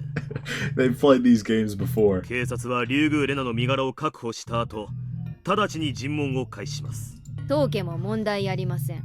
ただし竜宮レナの身柄確保時には直ちに当家へ連絡をすること。可能な限り早く連絡するようにいたします。Akane cut in. 尋問をあらかた終えてから電話されても困ります。身柄を確保した時点でご連絡をお願いします。ここいらは互いを信頼した上での善意の取り決めでございます。Might be seeing some real progress between these two groups. どうか At least 夢 for now. 保護にされることがないようよろしくお願い申し上げます。わかりました。双方による善意の取り決めです。遵守に誠心誠意努力いたします。Akane and Kumagai glared at each other for a moment. Surprisingly, Kumagai was very calm.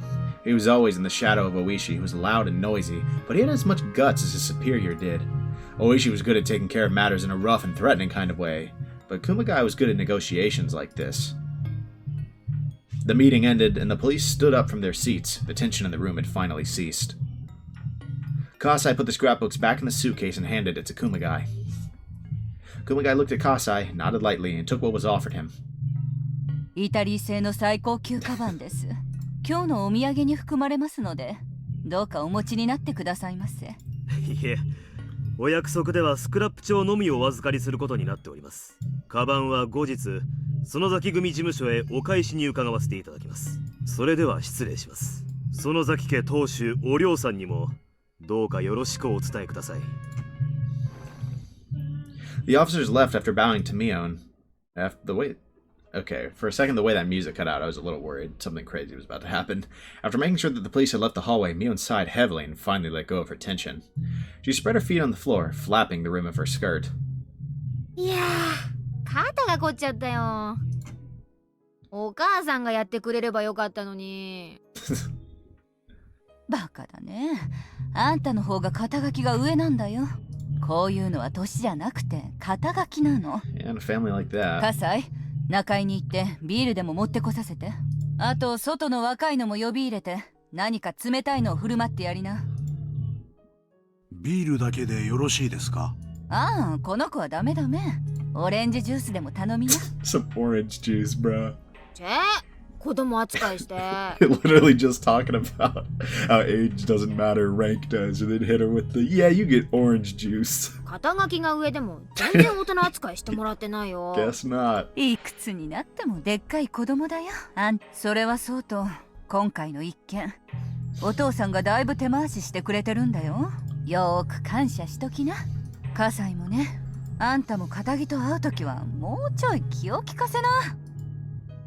みっともない限りです。しかしさ、あの大石をコケにするとは、Yeah. レナちゃんもやるじゃない？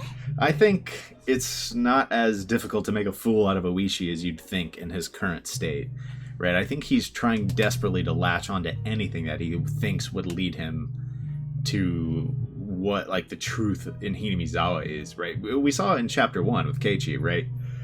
He did the same thing. あんたの友達はつくづく大物が多いね。今度ぜひ母さんにも紹介してよ。お芝居でも一緒に見に行きたいね。葛西、今度レナちゃんに会ったらぜひそう伝えておいてよ。その時また物騒な話を吹き込むんじゃないよ。Yeah, that's true. もちろん分かってます、姉さん。Oops. With that, they successfully dispelled the magical power of Takano's scrapbooks. The whole mess shouldn't grow any larger. The only remaining problem was Rena. Where could she be hiding? Yeah, that's the question.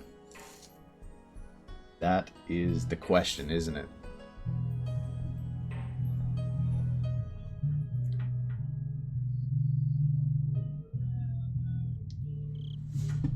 Oh my goodness, chapter's still not over. Which isn't a problem for me, but he's still playing the music, man. And I'm like, I don't want to stop playing until I at least finish a sub-chapter, right? But I'm like, God, that music has to be so annoying for you guys. I don't know how clearly you can hear it, but I'm not really going to go over there and tell him to stop, because he's performing later, right? Goodness. This is so annoying. This is really unfortunate. I'm going to have to look at this back later and see how loud it is. If it's too loud, right, just let me know. And in the future, when he's performing like this, I won't record, right? Like, to the best of my ability, right? Before I went to bed, I headed to my window to close the curtain. I saw the shadow of a person near the porch.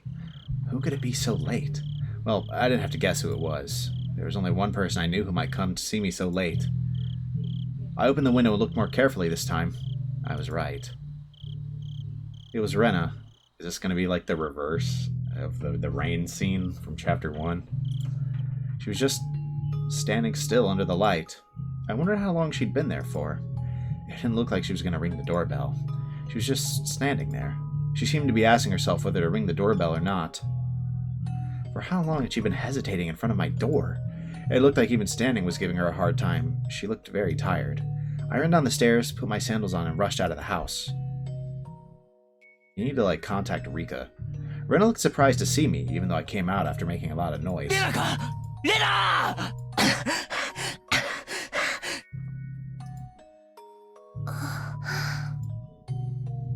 She looked relieved to see me for a moment, but then she soon glanced downward and looked sad again. いつからここに突っ立ってたんだよ。わかんない。夕方、ちょっと過ぎくらいからだったと思う。She's just been waiting there. Rena must have been staying somewhere outside for the last 2 days at the very least. And it wasn't like she'd been camping for fun. She'd been in a state of high tension the whole time, believing that someone was trying to kill her. Rena looked utterly exhausted. She seemed to have taken care of the deep scratch she made on her neck the other day with some large band-aids. The band-aids had cute pictures, but that only made the wound on her neck look more painful.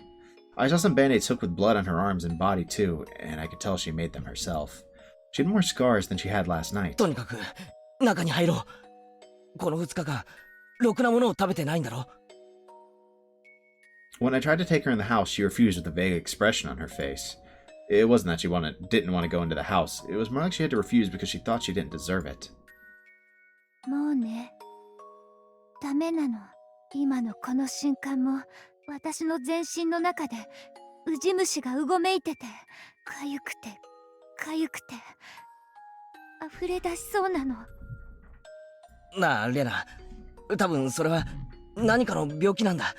とりあえず今夜は俺の家で休んで、明日の朝一番で監督の診療所へ行ってみないか。監督ならレナの微妙な立場を分かってくれるから、誰にも内緒で診察してくれるよ。自分でもわかるんだよ。富武さんがどういう最後を遂げたか。私は必死にそれを我慢しているだけ。Rena believed she was given some kind of suspicious drug that made her claw at her neck to death, just like Tomitake-san did. She convinced herself that it was going to happen. Well, that's a valid point when she's like low-key doing it. She wouldn't hear anything else right now, but she really wanted somebody to help her. She wanted help, but when someone tried to give her a hand, it looked like the hand of the devil.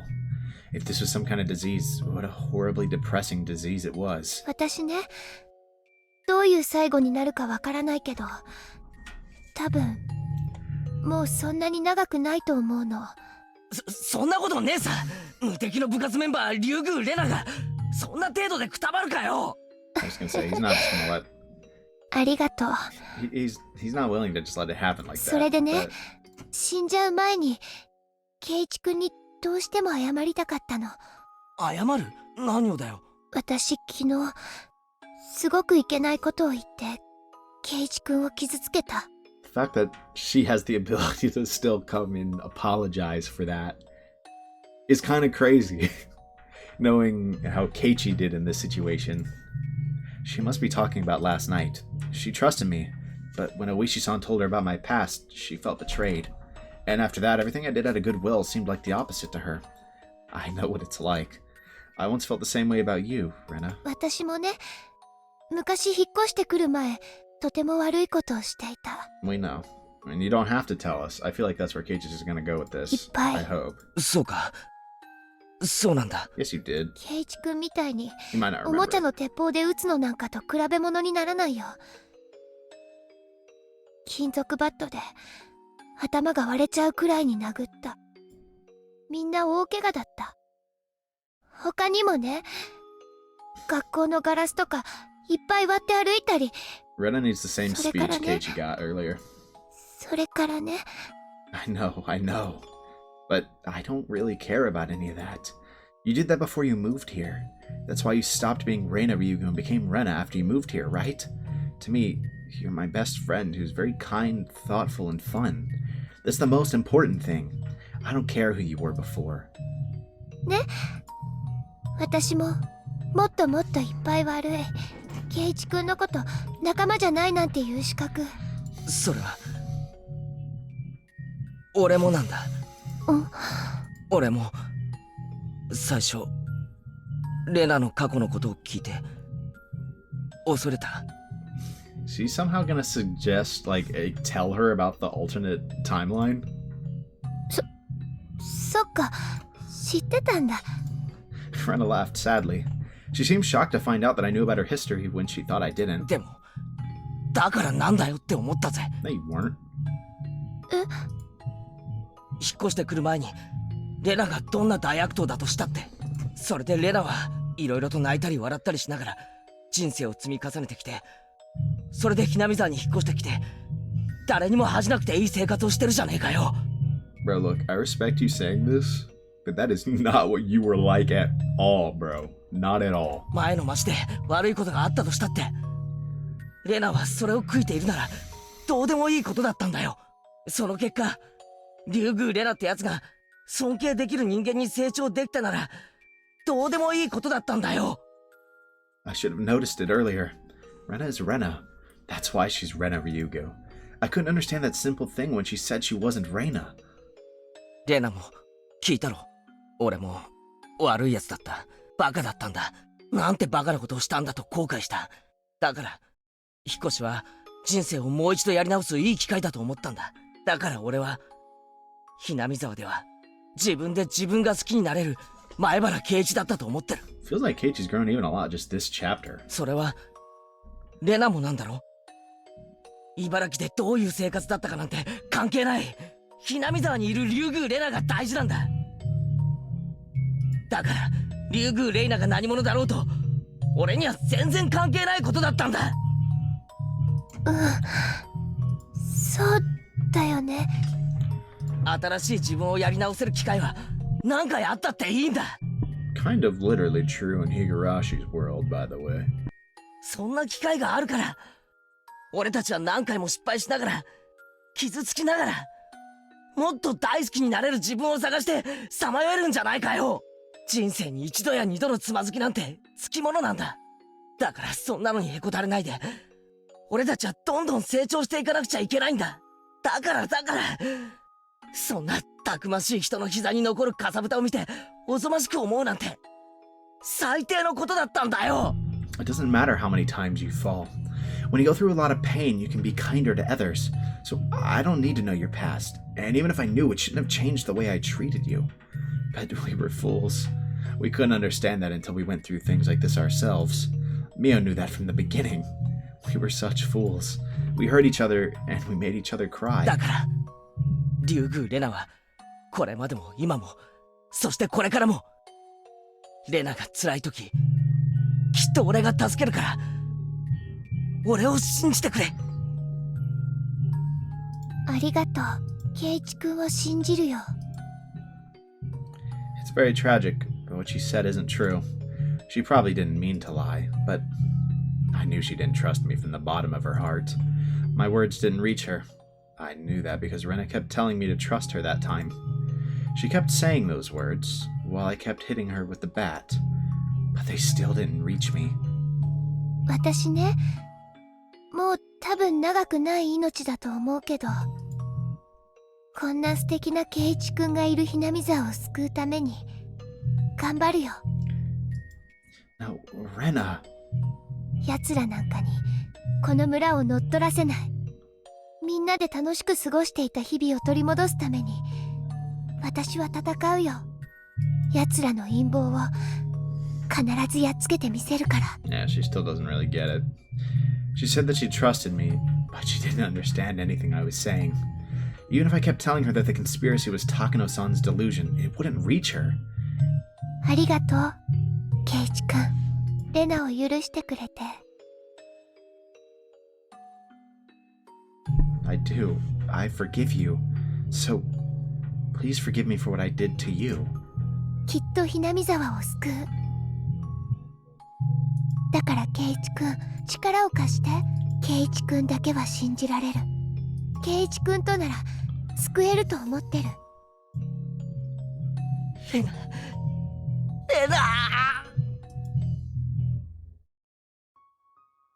I knew how bad of a corner Rena was driven into. If I was her, I'd be walking around with a baseball bat, thinking every single person around me was my enemy. Yes, quite literally. And I think he knows that. Rena cared about me so much, but I saw her as my worst enemy. But Rena, you still trust me, even when you're driven into this bad of a corner. I couldn't understand what you were saying. I beat you to death while you kept telling me to trust you. But you're different. You still trust me? You are so... どうして泣いてるの？許してくれ許してくれ。俺はもう絶対にレナを裏切らないから。レナのことを信じるから。だから許してくれ。何のことを言ってるのかよくわかんない。 He's asking for forgiveness for an event she doesn't even remember. ケイチ君はいつもレナのことを信じてくれてるよ。だからレナもケイチ君のことを信じてる。信じていいんだよね。ケイチ君だけはレナを信じてくれるんだよね。 Tears fell from my eyes. I sobbed and nodded again and again to answer her. Tears welled up in Rena's eyes too. Before I knew it, we were putting our foreheads together with tears in our eyes. So, I mean, what's あのね、 Keiichi's plan here? 私ね、この戦いを終わらせる方法を見つけたの。本当か？うん、勝ち目のほとんどない方法だけど、私にできる一番の抵抗だと思う。レナ、それがどんな方法かは知らないけど、それが終わった後、俺たちはみんなでまた楽しかった元の日々に戻れるんだよな。Keiichi, I kind of get where you're coming from, but like, I'm not sure encouraging her is the play. 戻れるんだよな。そうじゃなくちゃ嫌だ。俺はお前をこの場から行かせない。大丈夫だよ、ケイチ君。元の幸せな日々に戻るための起死回生、逆転の最後の一手なんだから。I struggle to believe this. I don't know what she had on her mind. It began with the delusion, and it'd end with the delusion. If I encouraged her too much, she'd twist it into an attack on her. I was like that at the time. I took Rena's goodwill as the complete opposite thing, so I stopped denying her story. This was Rena's battle. It was her lonely battle. She had to fight against her own delusion. The more we tried to help her, the more we drove her into a corner. But I would always be there for her. Whenever she needed help, she could reach me. I wanted to let her know that, so I said just one thing. 俺は最後の瞬間までレナの味方だからな。絶対にレナの味方だからな。Even if I told her to trust me, I knew she couldn't right now. I knew that, but I told her those words anyway. Even if she couldn't believe them, and if she tried to smash my head in, I'd say those words. I'd keep saying them until I die. ありがとう、ケイチ君。明日でね。きっと全部終わるの。きっと私たちは勝つよ。What the hell is she planning to do? そしたら、またみんなで楽しく部活をしよう。みんなで、私たちが一番楽しかった時を取り戻そう。Although she wished to regain our happy times so badly, I couldn't get rid of the darkness that controlled her mind. じゃあ、私はこれで行くね。明日の準備があるから。To tell the truth, I didn't want to let her go. I wanted to stop her even if I had to grab her arm. But I couldn't stop her like that. If I grabbed her arm, she wouldn't trust me anymore. 待てよ、レナ。明日の準備って。That's a good question. 内緒。ケイチ君に協力してもらうこともあるかもしれないけど、その時はレナを助けてね。ああ、当然だぜ。I nodded strongly so she could tell that I was still on her side. But I didn't know what her come-from-behind victory meant at this point. The first thing I could think of is that she was going to invade the house of the Sonozaki family, which she thought was her enemy.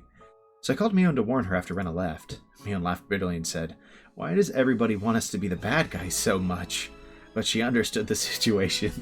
That's actually so true. Right? Like, I mean, there's always... I'm not saying it's impossible that they're the, like, gonna be a big villain in the story, but it's been pushed so much. If they're legitimately not villains, you know how funny that would be? If after all this time, it's like, we were not the people... We were not even close to the people you thought we were. いっそ悪役に徹しさせてもらってもいいよ。レナが妙なことをしでかす前に踏んじばって病院に担ぎ込むのもいいかもしれない。本当に最後の最後まで行ったらそれも仕方ないかもな。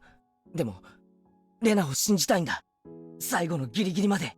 あいつはこんなに心が追い詰められても俺をまだ信じるだけの俺とは違う。だからきっとレナは妄想に打ち勝てるはずなんだ。最近ケイちゃんとリカちゃんが何を言ってるのかおじさんちょっと分かりかねるんだよな。Yeah, I mean that's fair. なんか最近ヘビーなことでもあったわけ？ You could say it happened lately, in a way. I killed Mion a couple of days after the festival. 悪いな。意味のわかんない話ばっかりしちゃって。それよりレナのこと見損なったりしないでくれ。Yeah, if I'm in Mion's shoes here, I'm like, what is going on, man? そんなわけないよ。誰だってたまには心が風邪をひく時があるって。レナのこれもその程度のこと。まあちょいと熱は高いみたいだけど、すっきりケロッと治ってすぐに笑い話になっちゃうって。She will not get better soon. ケイちゃんが思ってるほど事態は悪くなってないよ。She's definitely gonna die. 大石の大バカ野郎は自分の誤解を認めた。例の件は発生自体にも気づいてない。だからこのままレナの空騒ぎでしたってことで決着できる。そうなのか？空騒ぎで決着できそうなの Yeah, か？ that's the best part, is they're talking about, like, we're gonna bring her in for questioning, for the, like, as a material witness for the murder of, Takano. And they did not say a single word about the 2 murders she actually committed. そういうことで決着させんのが園崎本家次期当主のミオン様の手腕じゃないの。某料亭でね、王子とおじさんが1対1で対談してちゃんと誤解を解いてきたわけよ。大石はタジタジ。 He kinda was. いやー、おじさんもなかなかやるね。 Mion bragged about her achievement, laughing loudly. I could tell she was exaggerating a little. Yeah, definitely a bit, but... Anyway, compared to the sense of impending doom Rena seems to be feeling, the others seem to be taking it rather easy. It was all up to Rena now. If she understood everything, she could go back to the peaceful world she wished for. We were waiting for her to reach out to us, just like we did by the abandoned car at the garbage dump that day.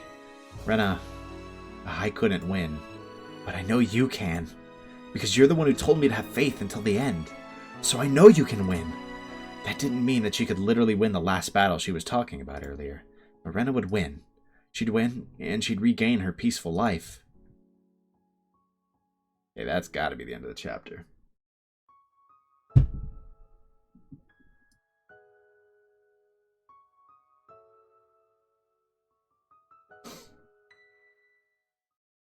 Okay, it was. Let's go ahead and read the tip. Not what I wanted to do. Last night. もう明日なのです。 Oh no. ん？ああ、 We? 私たちの命日？ We? Well, that might... 今回も同じ顛末なのです。そうかしら。よく似てるけど、いろいろと違うところもあったわ。ケイチ、前のことを覚えてたし。そんなことはありえないのです。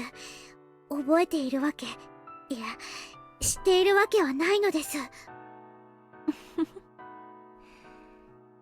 あんたが絶対にありえないと言ってくれればくれるほど。Right? じゃあこれは本当に奇跡なんだって思えるわね。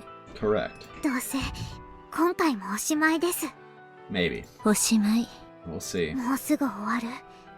全部終わる。そう。日暮らしの泣く頃に。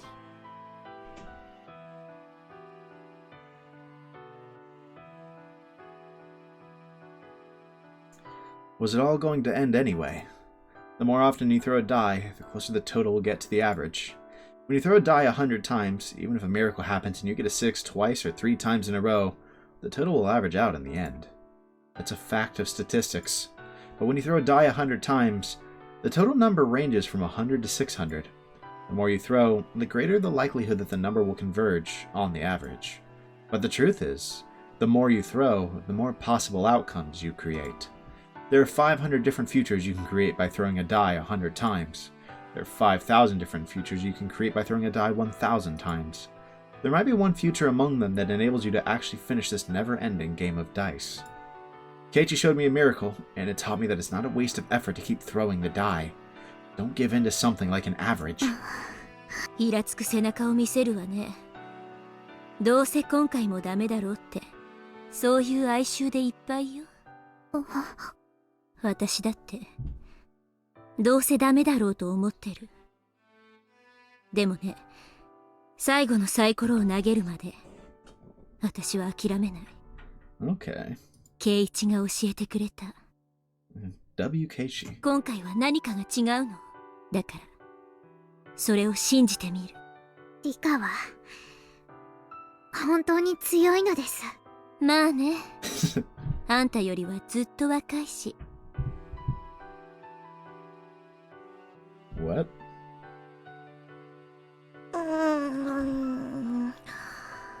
リカ？こんな時間に起きてて。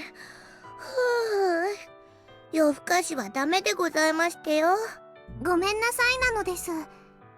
寝苦しかったので星を見ていただけなのですよ。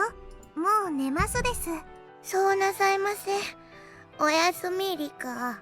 おやすみなのです、さとこ。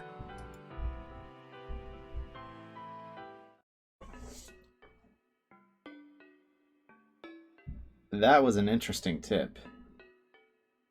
So, we got a few important reveals within that tip. First of all, God, this song is such a banger. First of all is they kind of talk about, well, one, the 25th is tomorrow. They've got one day. It seems they are going to die tomorrow.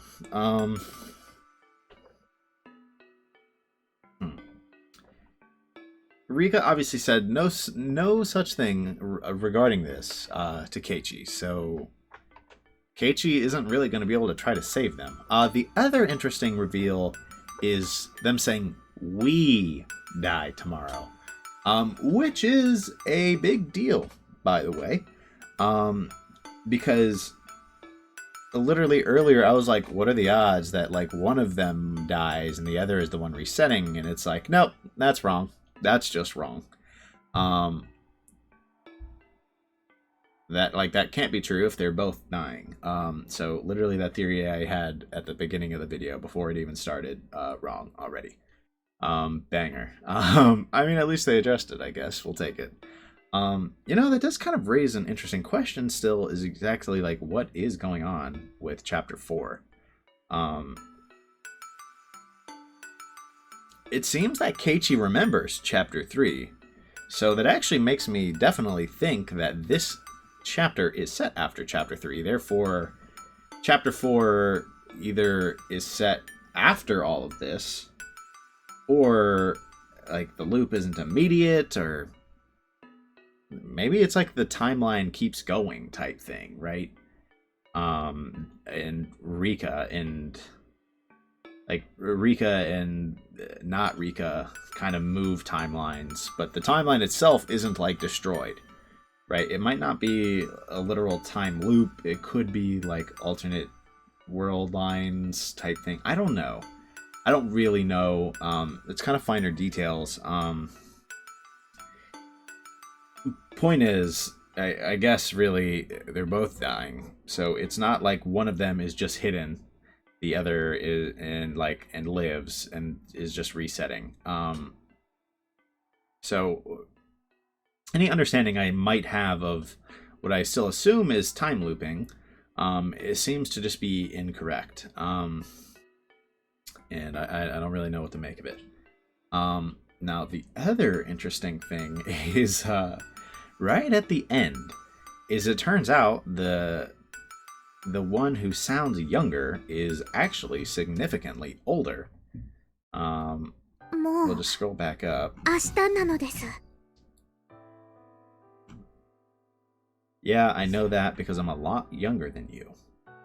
Which is obviously strange, and I don't think it's ridiculous to say that.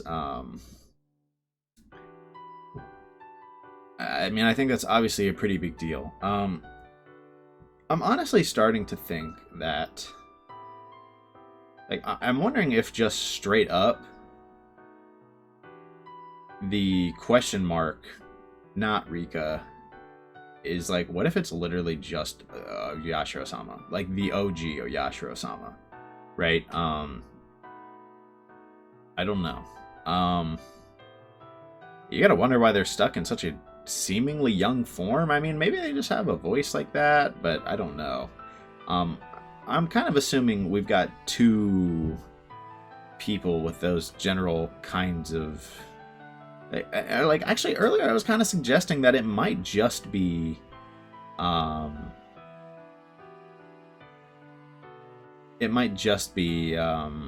the other one that kind of has powers. I don't think that's completely true, because unless the other one is just explaining everything in extremely vivid detail to Rika, she clearly knows more than she otherwise should, right? So I assume she at least remembers things, bare minimum, which maybe lends you to believe that she's got something going on. But I'm kind of wondering if the other person is borderline the more, not more, I don't know if more relevant is the way I want to put it. But like, if the other figure that they're talking to here, like Rika's talking with, if they are just like I said, the more powerful one, straight up like Oyashiro-sama, basically. Also, the title drop goes crazy. I mean, they had to hit me with it again, I guess, you know. They seem to like doing that in this game so far. This is the second time I remember them doing this.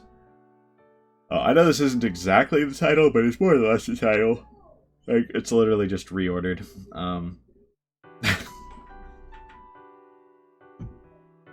And I've basically understood this to, I feel like, basically be what they mean when, like, Higurashi When They Cry. It's basically, I always figured it meant when the Higurashi cry, right? So, you know, funny to see that. Anyways, I think this tip obviously gives us a little bit more insight about this other character, and a little bit about their relationship with Rika and how they feel about the situation. And it's just kind of interesting. I'm really enjoying every little tidbit of information we get about Rika, right? In terms of just story presence, I'm finding myself enjoying Rika a lot more. You know, as we're kind of coming to getting closer and closer to the grand conclusion, right? Like this was, I mean, this tip is like solid enough. Obviously, the whole thing, like during the episode with, you know, Keiichi remembering, and we'll talk about that in a second. We're still basically on the tip, but you know, my opinion of Rika is definitely going up. And Keiichi, like, we see her, she's gotten really determined because of this, so we're gonna see if anything changes. She believes that with enough attempts, you know, that something could be different, right?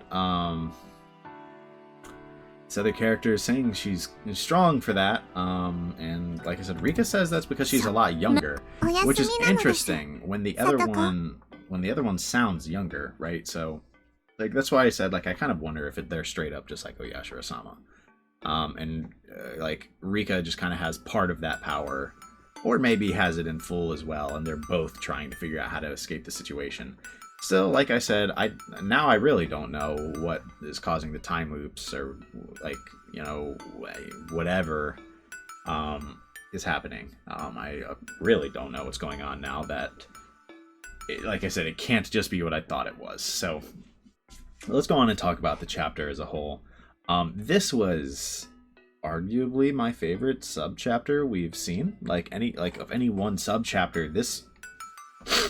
the reveal here was so big. So we start with something relatively, like, minor, but still, like, sweet nonetheless, which is the scene within the school where Keiichi confesses what he did in the past to the friend group because he feels he has to be true friends, and they kind of give him that, like, no, you don't have to do that to be friends with someone, right? Like, you know, what we really care about is who you are now, right? Like, you've atoned, right? You're, like, moving past it. You're not that person, right? Like, and I think Sataka put it really, really great. If you were a great person in the city, but a piece of crap here, we wouldn't like you, right? Like, you know, and so to people, you know, like that, it's more about who you are now than who you were, right?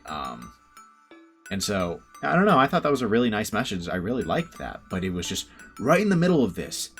Keiichi remembers the time that he doubted Mion, right? Because it was basically like, Mion was like, you wouldn't, like, doubt someone if they had, like, kept something secret from you, would you? And he remembered the time he did exactly that to Mion, and he starts to remember everything from chapter 1, right? He even remembers, and this is the crazy part, his own delusions seem to come apart, right?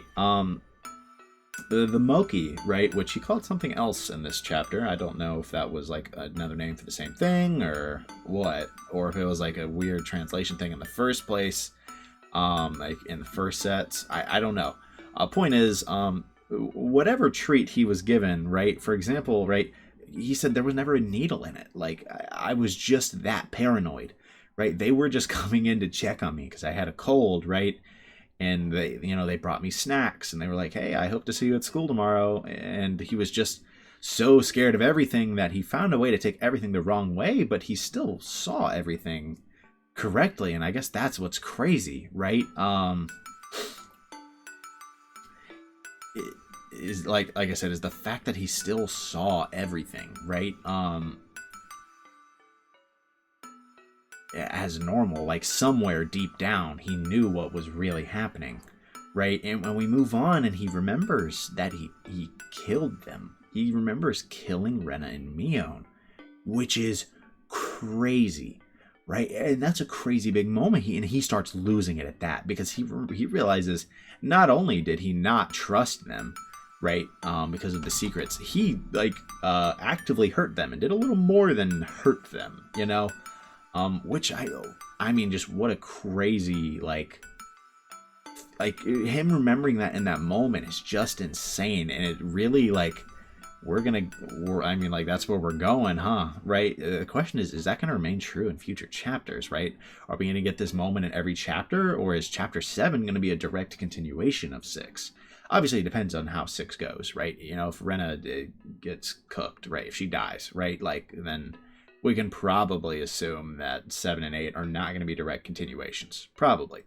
Not guaranteed, but probably.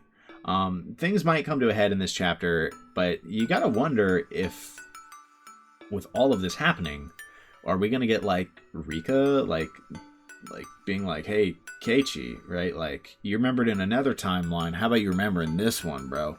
Right? I don't know. We'll see when we get there, of course. But I'm really interested to see that. But I feel like if we see him remembering once, it's not just going to be once, right? It's not just going to be in this chapter. But I still think it's very interesting the way they've used it in this chapter to kind of draw those parallels between what is happening with Rena right now and what's happening with Keiichi right now, and him deciding that he has to do right by Rena. Partially because of how he wronged her in the past, but also just because that's what she did, right? He's going to protect his friends. We've seen before that he has that determination, right? With Satoko in chapter 3, right? He did what he believed he had to do to protect her. He risked his own life, right? We know he's that kind of person. But it was really interesting. Obviously, Rika walked up to him and is like, you remember? And they kind of briefly talk about it, and she, I think, briefly revealed the syringe and was like, I've gone through many worlds and I'm trying to help, right? And I'm trying to find the right one, but eventually I kind of gave up. I gave up a bit on this one, but seeing Keiichi fight, she realized she'd made a mistake, and she might have realized that before, but seeing Keiichi fight like that really made her realize that, which I thought was another great moment. But that whole scene was just fantastic, man. And then after that, we have the kind of negotiations between the police and the Sonozakis, which they just kind of clear the air, and it's so we're not really pursuing her. You're kind of pursuing her because you think we're pursuing her. These are the scrapbooks you think we're pursuing her for, right? Yeah, these are ridiculous, right? Pure fibs, right? And so they kind of clear everything up. Well, I don't want to say everything, but regarding the Rena situation, most everything is cleared up, right? And the police are basically backing off. The Sonozakis are presumably backing off. They kind of have this tenuous agreement. Or I say tenuous. It was an explicit agreement. We'll see if it's honored. That when Rena is found, they will turn over the scrapbooks to the police. But the police will cancel the raids that they are planning on the Sonozakis. Because there were a lot of them planned. They also have to turn over Rena to the police whenever Rena is found. But they will give her a lawyer, and she will be immediately questioned, right, regarding Takano's death. Right, relatively fair agreements. I don't really know where we have room to inject that syringe in her somewhere. We need to find room for that, but, we'll see how that plays out. But basically, we see that Oishi kind of bought into the lies, and everything, it's kind of all coming down. Because I mentioned before, I'm like, this could really turn into a very high-intensity situation out of literally nothing, right? Like basically nothing. And so we kind of see that get resolved, which I thought was obviously very good. We're not going to see an all-out war between the Sonozakis and the police, it seems. Right? And the last scene was also, I thought, relatively interesting. We're going to see exactly where it goes, but Rena shows up at Keiichi's door, and Keiichi basically just is like... Rena shows up to apologize, which is what's really crazy. Is that even in her crazy state of mind, she realized, oh, I hurt Keiichi. Right? Like, I need to not do that. Like, I feel bad. Like, I need to apologize, right? And then Keiichi kind of gives her the speech that he got from, like, Mio and Satoko and Rika, about how, like, he wouldn't view her differently. We'll ignore the fact that he did, but, you know, he's a different person now, right? He is. So I'm not really going to fault him for what happened in Chapter 1, especially knowing that there was almost certainly something actively wrong with his head, right? You know, something actively wrong.